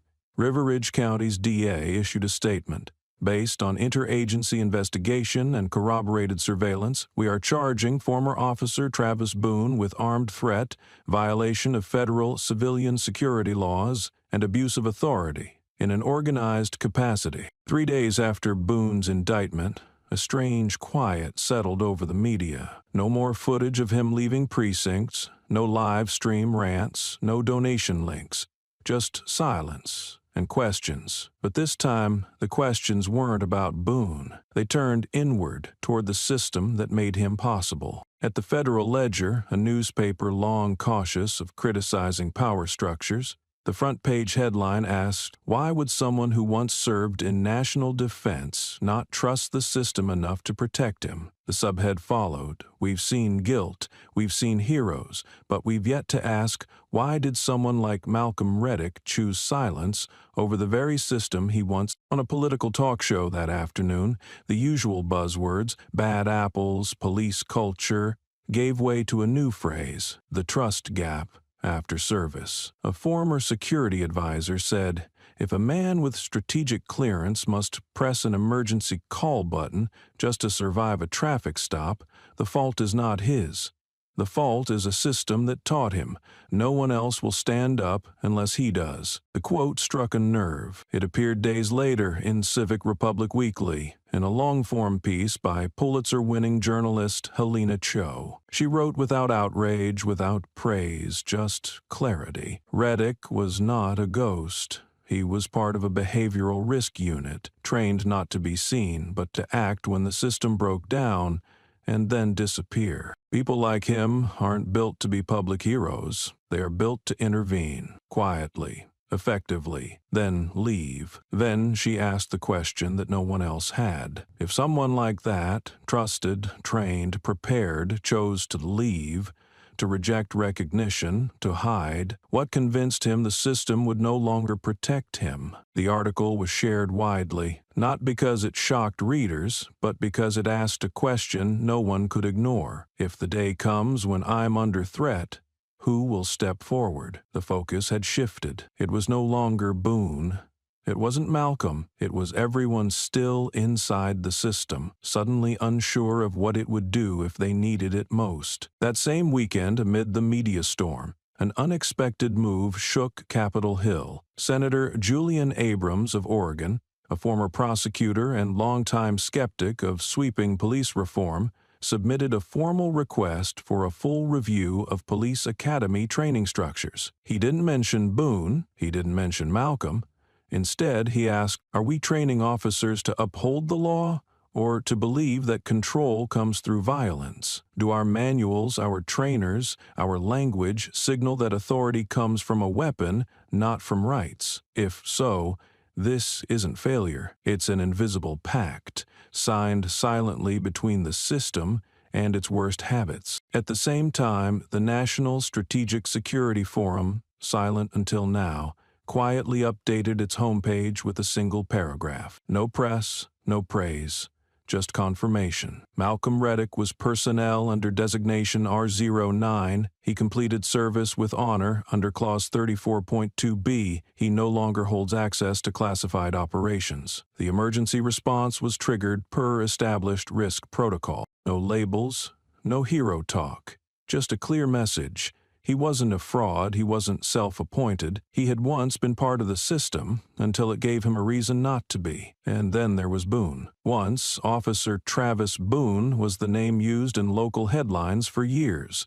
the face of frontline authority, the man who once treated instinct like a badge of divine authority. Now, for the first time, Sunday's evening broadcast described him differently. Travis Boone, subject of federal-level investigation in a joint security justice misconduct case. The political analyst said it best on live television, "Boone is not the problem, Boone is the consequence. When we reward fast force over careful thought, when we glorify control over understanding, Boone becomes inevitable, and Reddick becomes the reminder. The silence that once protected the gun is cracking, because when the system itself says it must change, the name Boone won't be forgotten, but it won't be protected either." And now, for the first time, the media isn't asking who was right or wrong. They're asking, how long have we allowed this to exist just because no one ever looked deep enough? No one knew who started it. There was no fan page, no hashtag, no campaign.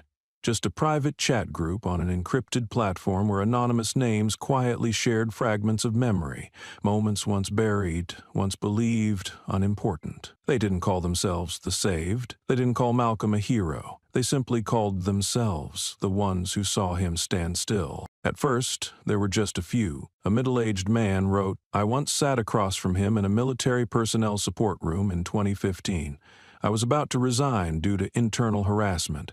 He placed his hand on my file, looked me in the eye, and said, "If you leave, who will keep what kindness remains?" I didn't sign. Another wrote, "I'm a technician at a public camera station. I don't think Malcolm ever knew my name, but once I received an unmarked envelope with a copy of a complaint file, I was too afraid to resubmit. I sent it again. This time, no one dared to throw it away. They came one by one. No one needed to verify identities or timelines. Each entry carried the same trace. Malcolm never asked for thanks. He didn't stay to be recognized," one said. "He stayed so someone else wouldn't fall." Another posted, "I saw him on a sidewalk, holding a file. A cop was shouting at someone else. Malcolm didn't intervene, but the moment the officer saw him, he stopped yelling.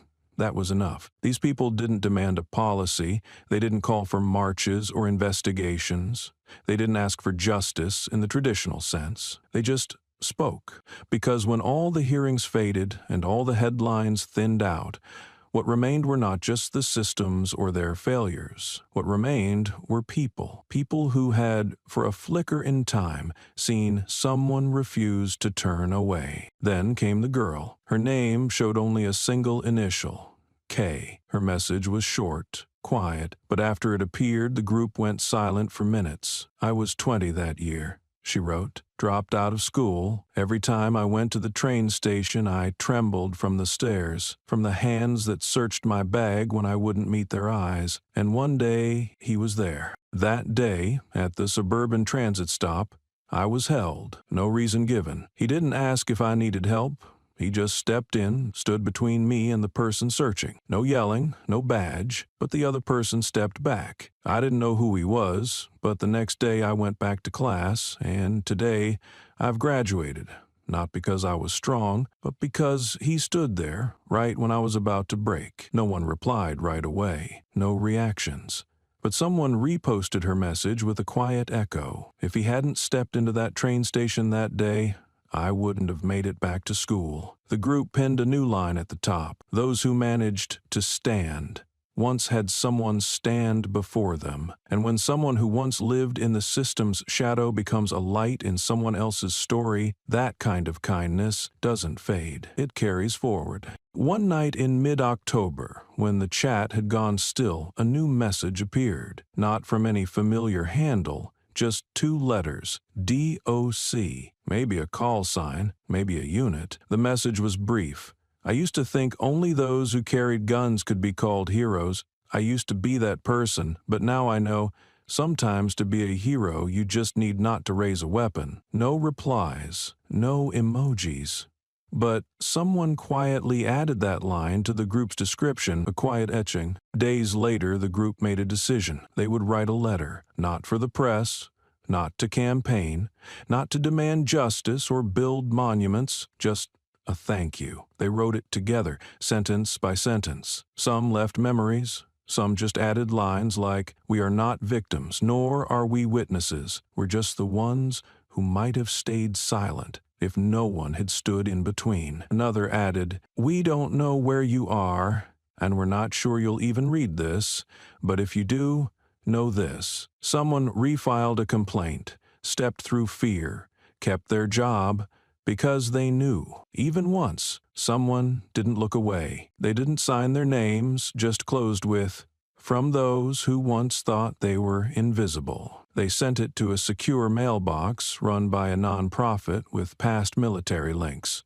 No name, no follow-up. But the system confirmed the letter was opened once, exactly 2 days later. After that, something shifted. Quietly, people stopped calling Malcolm a symbol. They started talking about making space for people like him to keep existing. One congresswoman posted, "Instead of building statues to heroes, we should be tearing down the walls that made them hide in the first place." And maybe that was the real way to honor someone like Malcolm. Not by raising his name, but by protecting the silence he once stood inside, so others wouldn't have to. At a school in the East, a teacher replaced her usual civics lesson on power with a new class, Power Without Volume. No textbook, just a screen with a single paused image.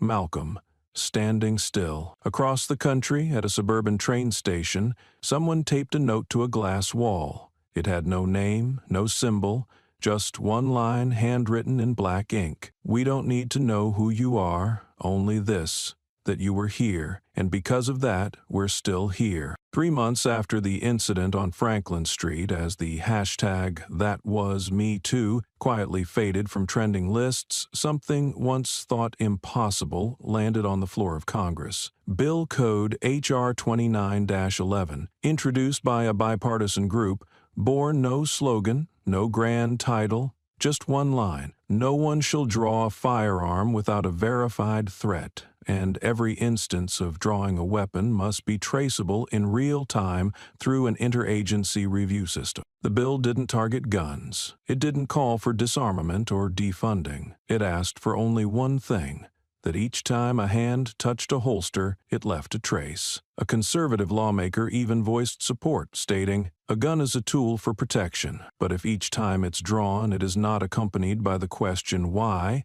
then it becomes a declaration of dominance." The same bill had been proposed before.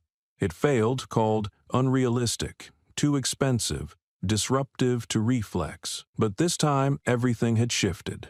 Boone was no longer an officer. Mathers was no longer the gatekeeper, and Malcolm, who still hadn't spoken publicly, had already proved that silence could move a system. In Harbor Falls, a town of fewer than 30,000, something else shifted. Voluntarily and from within, its police department became the first to pilot a new system: body cams with real-time behavioral AI. The device didn't just record, it analyzed tone, stress, distance, hand motion, and if a weapon was drawn without a verified threat, it triggered an alert in 0.6 seconds, the time it takes to sigh. This wasn't framed as punishment. No one was docked. Each activation was logged, reviewed, and discussed in training debriefs. One lieutenant put it plainly: "It's not about doubting instincts. It's about learning when those instincts have been shaped by fear instead of facts." The town didn't become safer overnight, but hands reached for the holster less, not because of fear of discipline, but because there was now a pause, a reckoning. Back in Washington, as hearings continued and experts dissected every word of the bill, one sentence from public testimony cut through. A young city council member, once a community advocate, said quietly, "Systems don't break when people stand still. They break when standing still becomes the only act of courage left." That line, more than any headline, any law, made the room go quiet, and for the first time in a long time, people stopped scrolling, stopped arguing, and listened. 3 months later, the results came in quietly, behind closed doors. Complaints about violent conduct had dropped 48%. Weapon draws had fallen by over 60%, without increasing risk to officers. Most striking of all,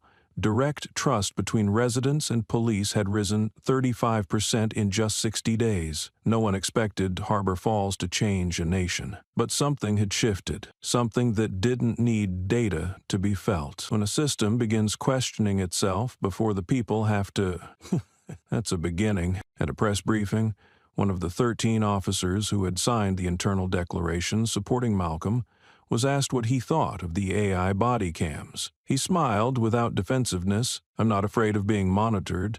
I'm afraid I won't stay calm enough not to reach for my gun. But if something can remind me at the right moment, then why say no? Because the strongest weapon in uniform isn't the gun. It's the ability not to use it while you still can." Meanwhile, in a quiet office in Washington, Bill HRG 12911 was marked a priority proceeding. Someone had scrawled a note in the margin: "For those who once stood still when the system should have." Sometimes that's all it takes to begin the next chapter. In a secure room on Sublevel 3 of the Pentagon, a space never shown to the press or archived in blueprints, a sentence was spoken aloud for the first time in the history of the Risk Response Division. "No one should have to hide just so the system appears healthy." It wasn't policy.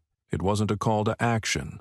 But to those who had served in silence, it meant everything. That maybe, just maybe, silence was no longer required. That standing still hadn't just been resistance. It had been the start of the repair. The one who said it was the commander of integrated security. Short hair, no medals, clear voice. She spoke for 3 minutes, then sat down and listened. There were 20 people in that room, all once encrypted personnel, all, like Malcolm Reddick, people who had been buried inside the system deep enough to vanish. A brown-skinned man stood and said, "I didn't leave because I was weak. I left because I couldn't keep watching what wasn't allowed to be named. Eventually, that makes you doubt what you are." A silver-haired woman, once a senior Middle East advisor, gave a dry laugh. "We were never afraid to work in the dark. What scared us was when the light finally came on, just to check if we were still pressed against the wall." And for 2 straight hours, that room became what it had never been allowed to be, a place where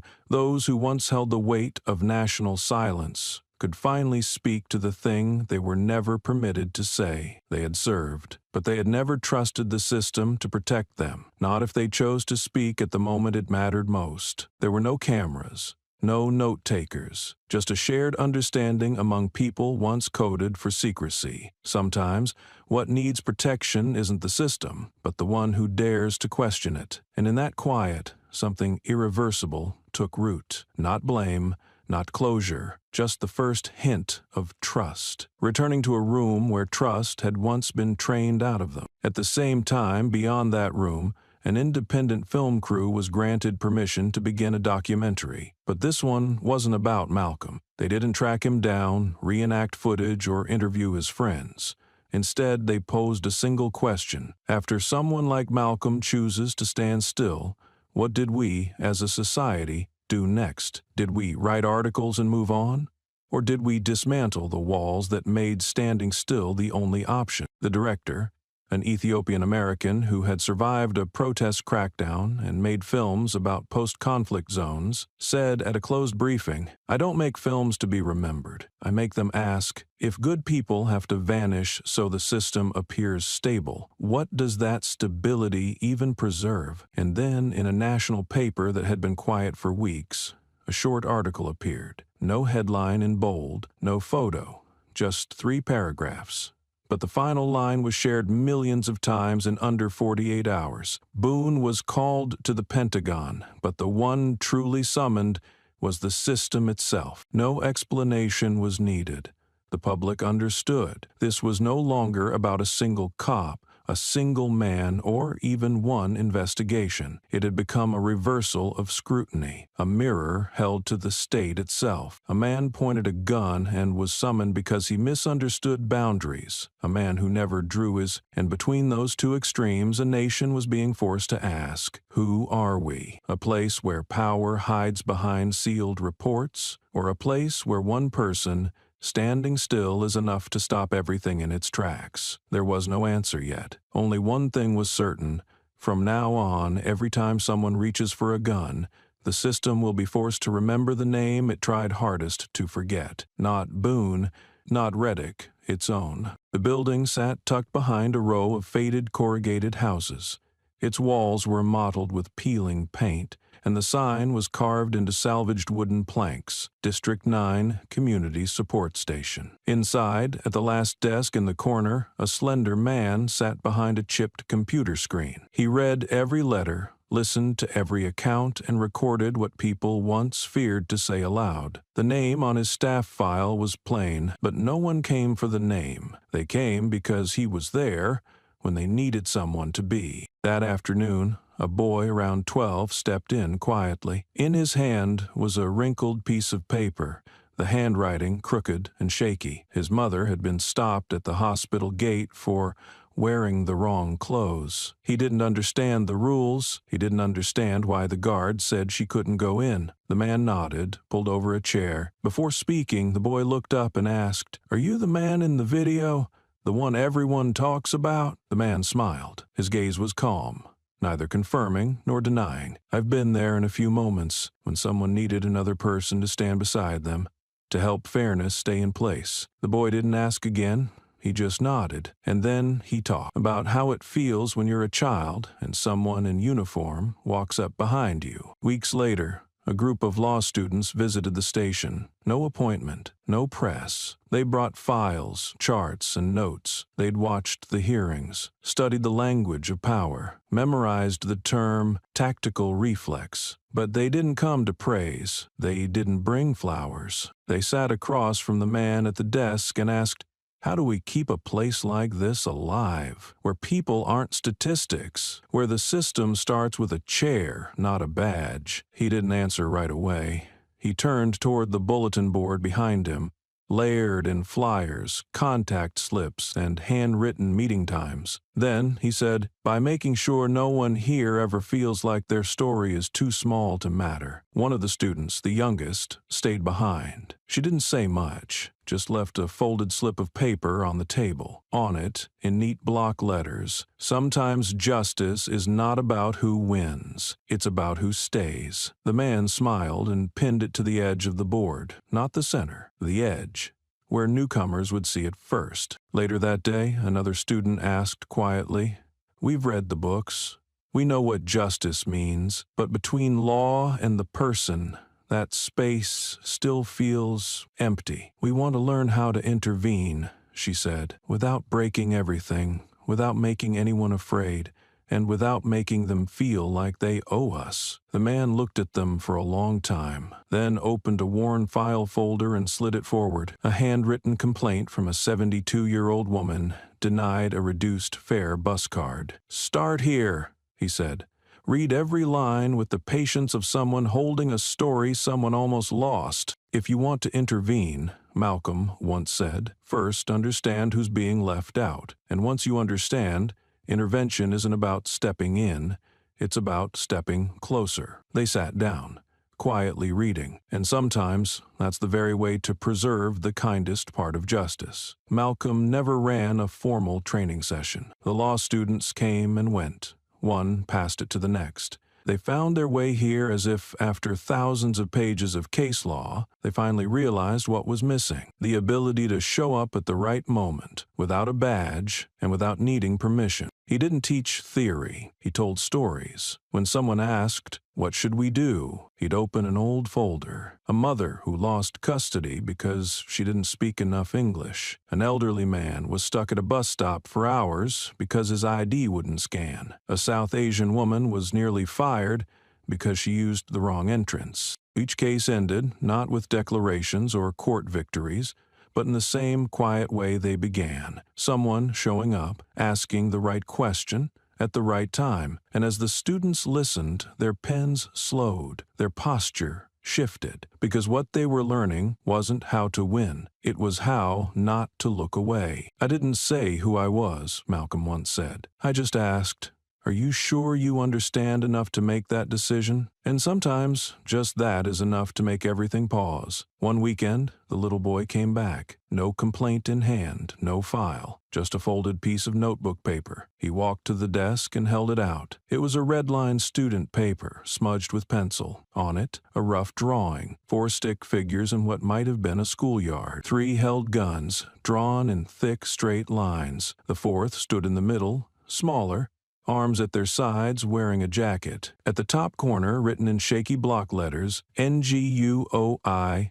Kong So, the one who's not afraid." Malcolm took it without a word. The boy smiled, then stepped back out the door, as quietly as he'd entered. That drawing was folded again, then placed in the 3rd drawer on the left, where Malcolm kept old letters, blue ink notes, and unsent complaints. Because even those who've learned to stand in the face of power sometimes need to be reminded. Someone still sees what's right, just from the shape of a person who didn't back down. And if anything can be called a passing on, maybe it starts with a drawing. The closed-door meeting took place on level B3 of the Capitol, beneath white overhead lighting and a tiered control panel array. The agenda required no preamble. Cross-agency oversight protocols. A 3-tier protection mechanism for personnel formerly engaged in classified response operations. The meeting began on time, with full representation from Justice, Defense, and Homeland Security. The 1st tier mandated identity encryption across all civilian databases. The 2nd granted administrative immunity to individuals who had executed strategic interventions. shielding them from post-service procedural entanglements. The third established a hybrid oversight body, attorneys, veterans, and policy advisors, empowered to reassess the legitimacy of any investigation involving protected personnel. All three tiers ran concurrently.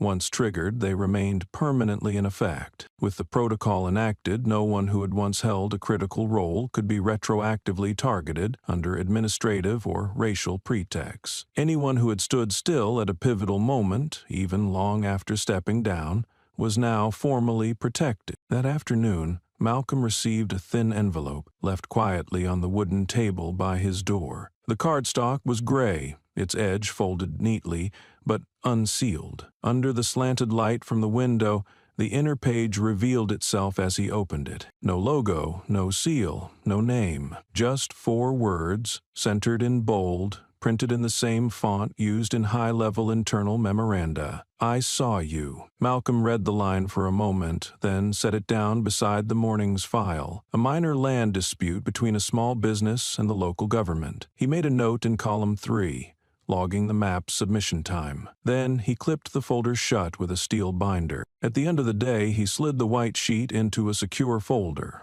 alongside the week's community reports. He didn't record the sender. He didn't trace the code. The office door clicked shut behind him. Under the pale yellow sky of a late afternoon, he turned down a side street. His canvas shoulder bag kept its shape, neither thickening nor thinning. The day passed like any other. But for a man who once withdrew at the exact right moment, a quiet acknowledgement like that was enough to keep going. On the weekend, as sunlight broke through the low sky, Malcolm walked through a small park in the city's southern quarter. On his way back from the community legal center, he stopped at his usual cafe, grabbed a paper cup, and crossed the lawn. The air smelled of warm earth and tree resin. Children screamed in the distance. Basketballs thumped against concrete in a steady rhythm. Near the far court, under the shade of a tall elm, a group of children knelt, drawing chalk squares on the ground. 7 of them, maybe 8 to 10 years old, every shade of skin. A girl with 2 pigtails stood with her hands on her hips and shouted, "Now we play the standing still game.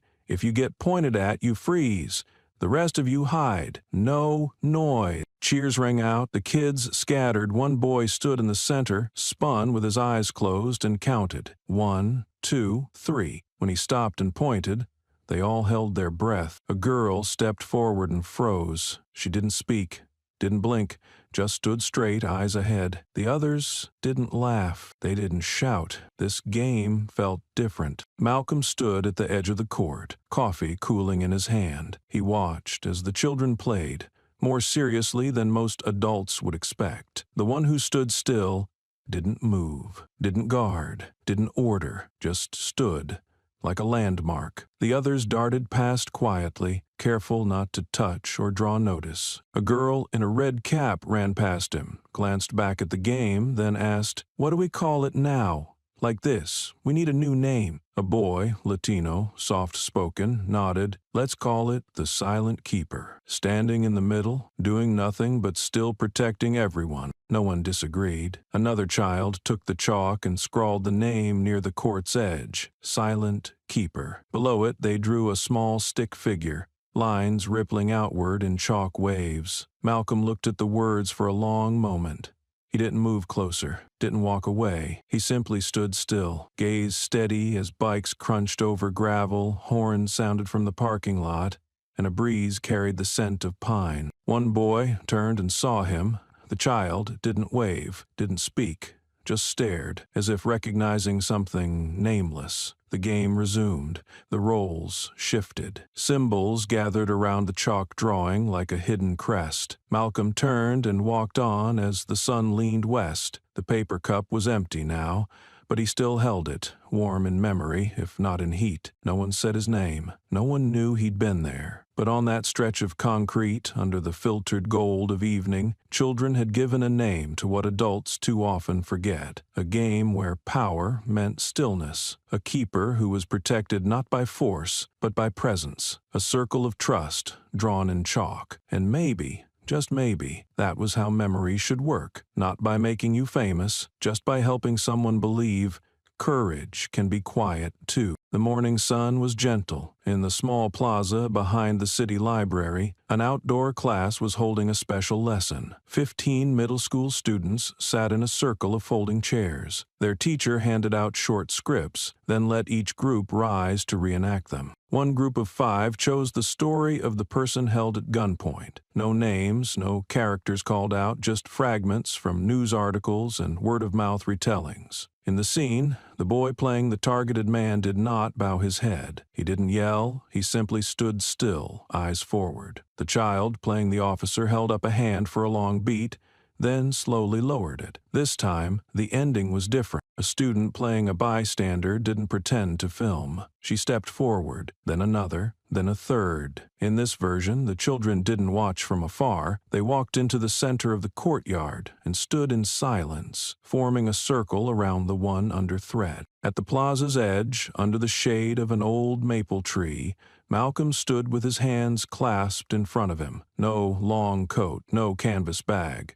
Just a pale shirt, collar unbuttoned. A breeze stirred his hair and sent a dry leaf skittering at his feet. He didn't move closer. He didn't turn away. His eyes followed the children, steady, quiet, as if holding on to the final images of something that had finally found its resolution. An elderly woman wheeled a cart past. She caught his gaze, paused, and tilted slightly toward him. Her voice, fragile but clear, said, "I don't know who you are, but thank you for holding your ground when it would have been easiest to walk away." Malcolm nodded. He didn't speak. The woman continued down the walkway, her small figure fading into the crowd. When the reenactment ended, the students scattered. Some ran to the teacher asking to keep the script. Others sat cross-legged on the bricks, laughing softly. None turned back toward the maple tree. They didn't need to. Malcolm turned toward the street, passing the old stone steps and moss-lined brick walls. The city opened before him like any other afternoon. Someone pushed a cart, someone walked a dog. No one called his name, no one reached for him, but each passerby made the same subtle gesture, a slight nod, not rehearsed, not announced, just a quiet message. "I saw you." Malcolm didn't slow. His pace was even, arms at his sides. The trees had turned to late autumn gold. The sun stretched its shadow across the pavement. Ahead, a yellow light blinked. Pages fluttered in the breeze from an open bookshop window. And behind him, no one followed, because the point was never to be followed. It was only ever to be seen. The day moved on, and the city continued as if nothing seismic had happened. But beneath the folds of everyday life, something had shifted. Not with banners, but in the way people began to pause and look toward those who had once stood still. The room at the end of the second-floor hallway remained just as it had been that morning when Malcolm left. The laminate desk edges were worn. The chair bore a scuff near the armrest. The desk lamp was still plugged in, but off. The window cracked open, letting sunlight pour through the leaves and cast a long stripe across the unfinished page on the table. At the center of the desk sat a silver badge, placed carefully. It wasn't polished. It hadn't been buffed to shine. The metal surface bore a few shallow scratches, the rim slightly darkened by time. No name, no rank, just clean, quiet metal, as if the one who left it behind came from a world that didn't need recognition. Beneath the badge was a single sheet of paper, one corner curled by the wind. In the white margin, a pencil-written line rested, steady, slanted, not ornate, but carrying a calm that couldn't be shaken. "I did not change the world. I simply stood still, so the world could see its face." The pencil still lay there, short-tipped, as if used only moments ago. Outside, the city kept spinning. In a southern neighborhood near the old tram station, a child had just left school. He walked slowly down the sidewalk and stopped in front of a tall mirror, leaning against a barber's shop. The kind kids usually glance at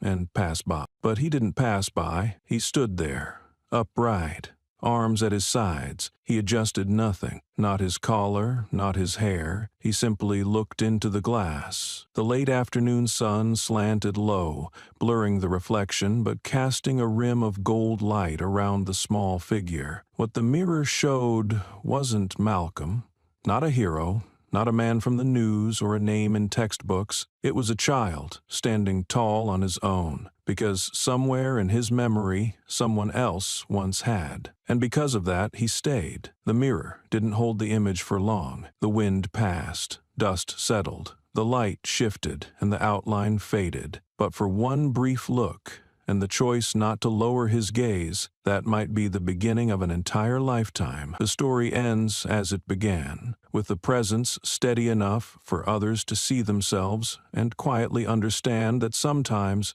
standing still is how you move the world. This story closes the same way it began, with the presence of someone who never needed to be at the center, yet quietly shifted the posture of everyone around him. Malcolm never tried to fix the system. He chose to stay at the exact moment it veered off course. Not to be seen, but so others would know. Justice doesn't begin with power, but with how we face injustice. And then he walked away, leaving behind just enough space for each person to step into, stand upright, and not bow their head. Because sometimes the most powerful thing is someone who quietly refuses to turn away. And when that is seen, the world begins to ask itself anew.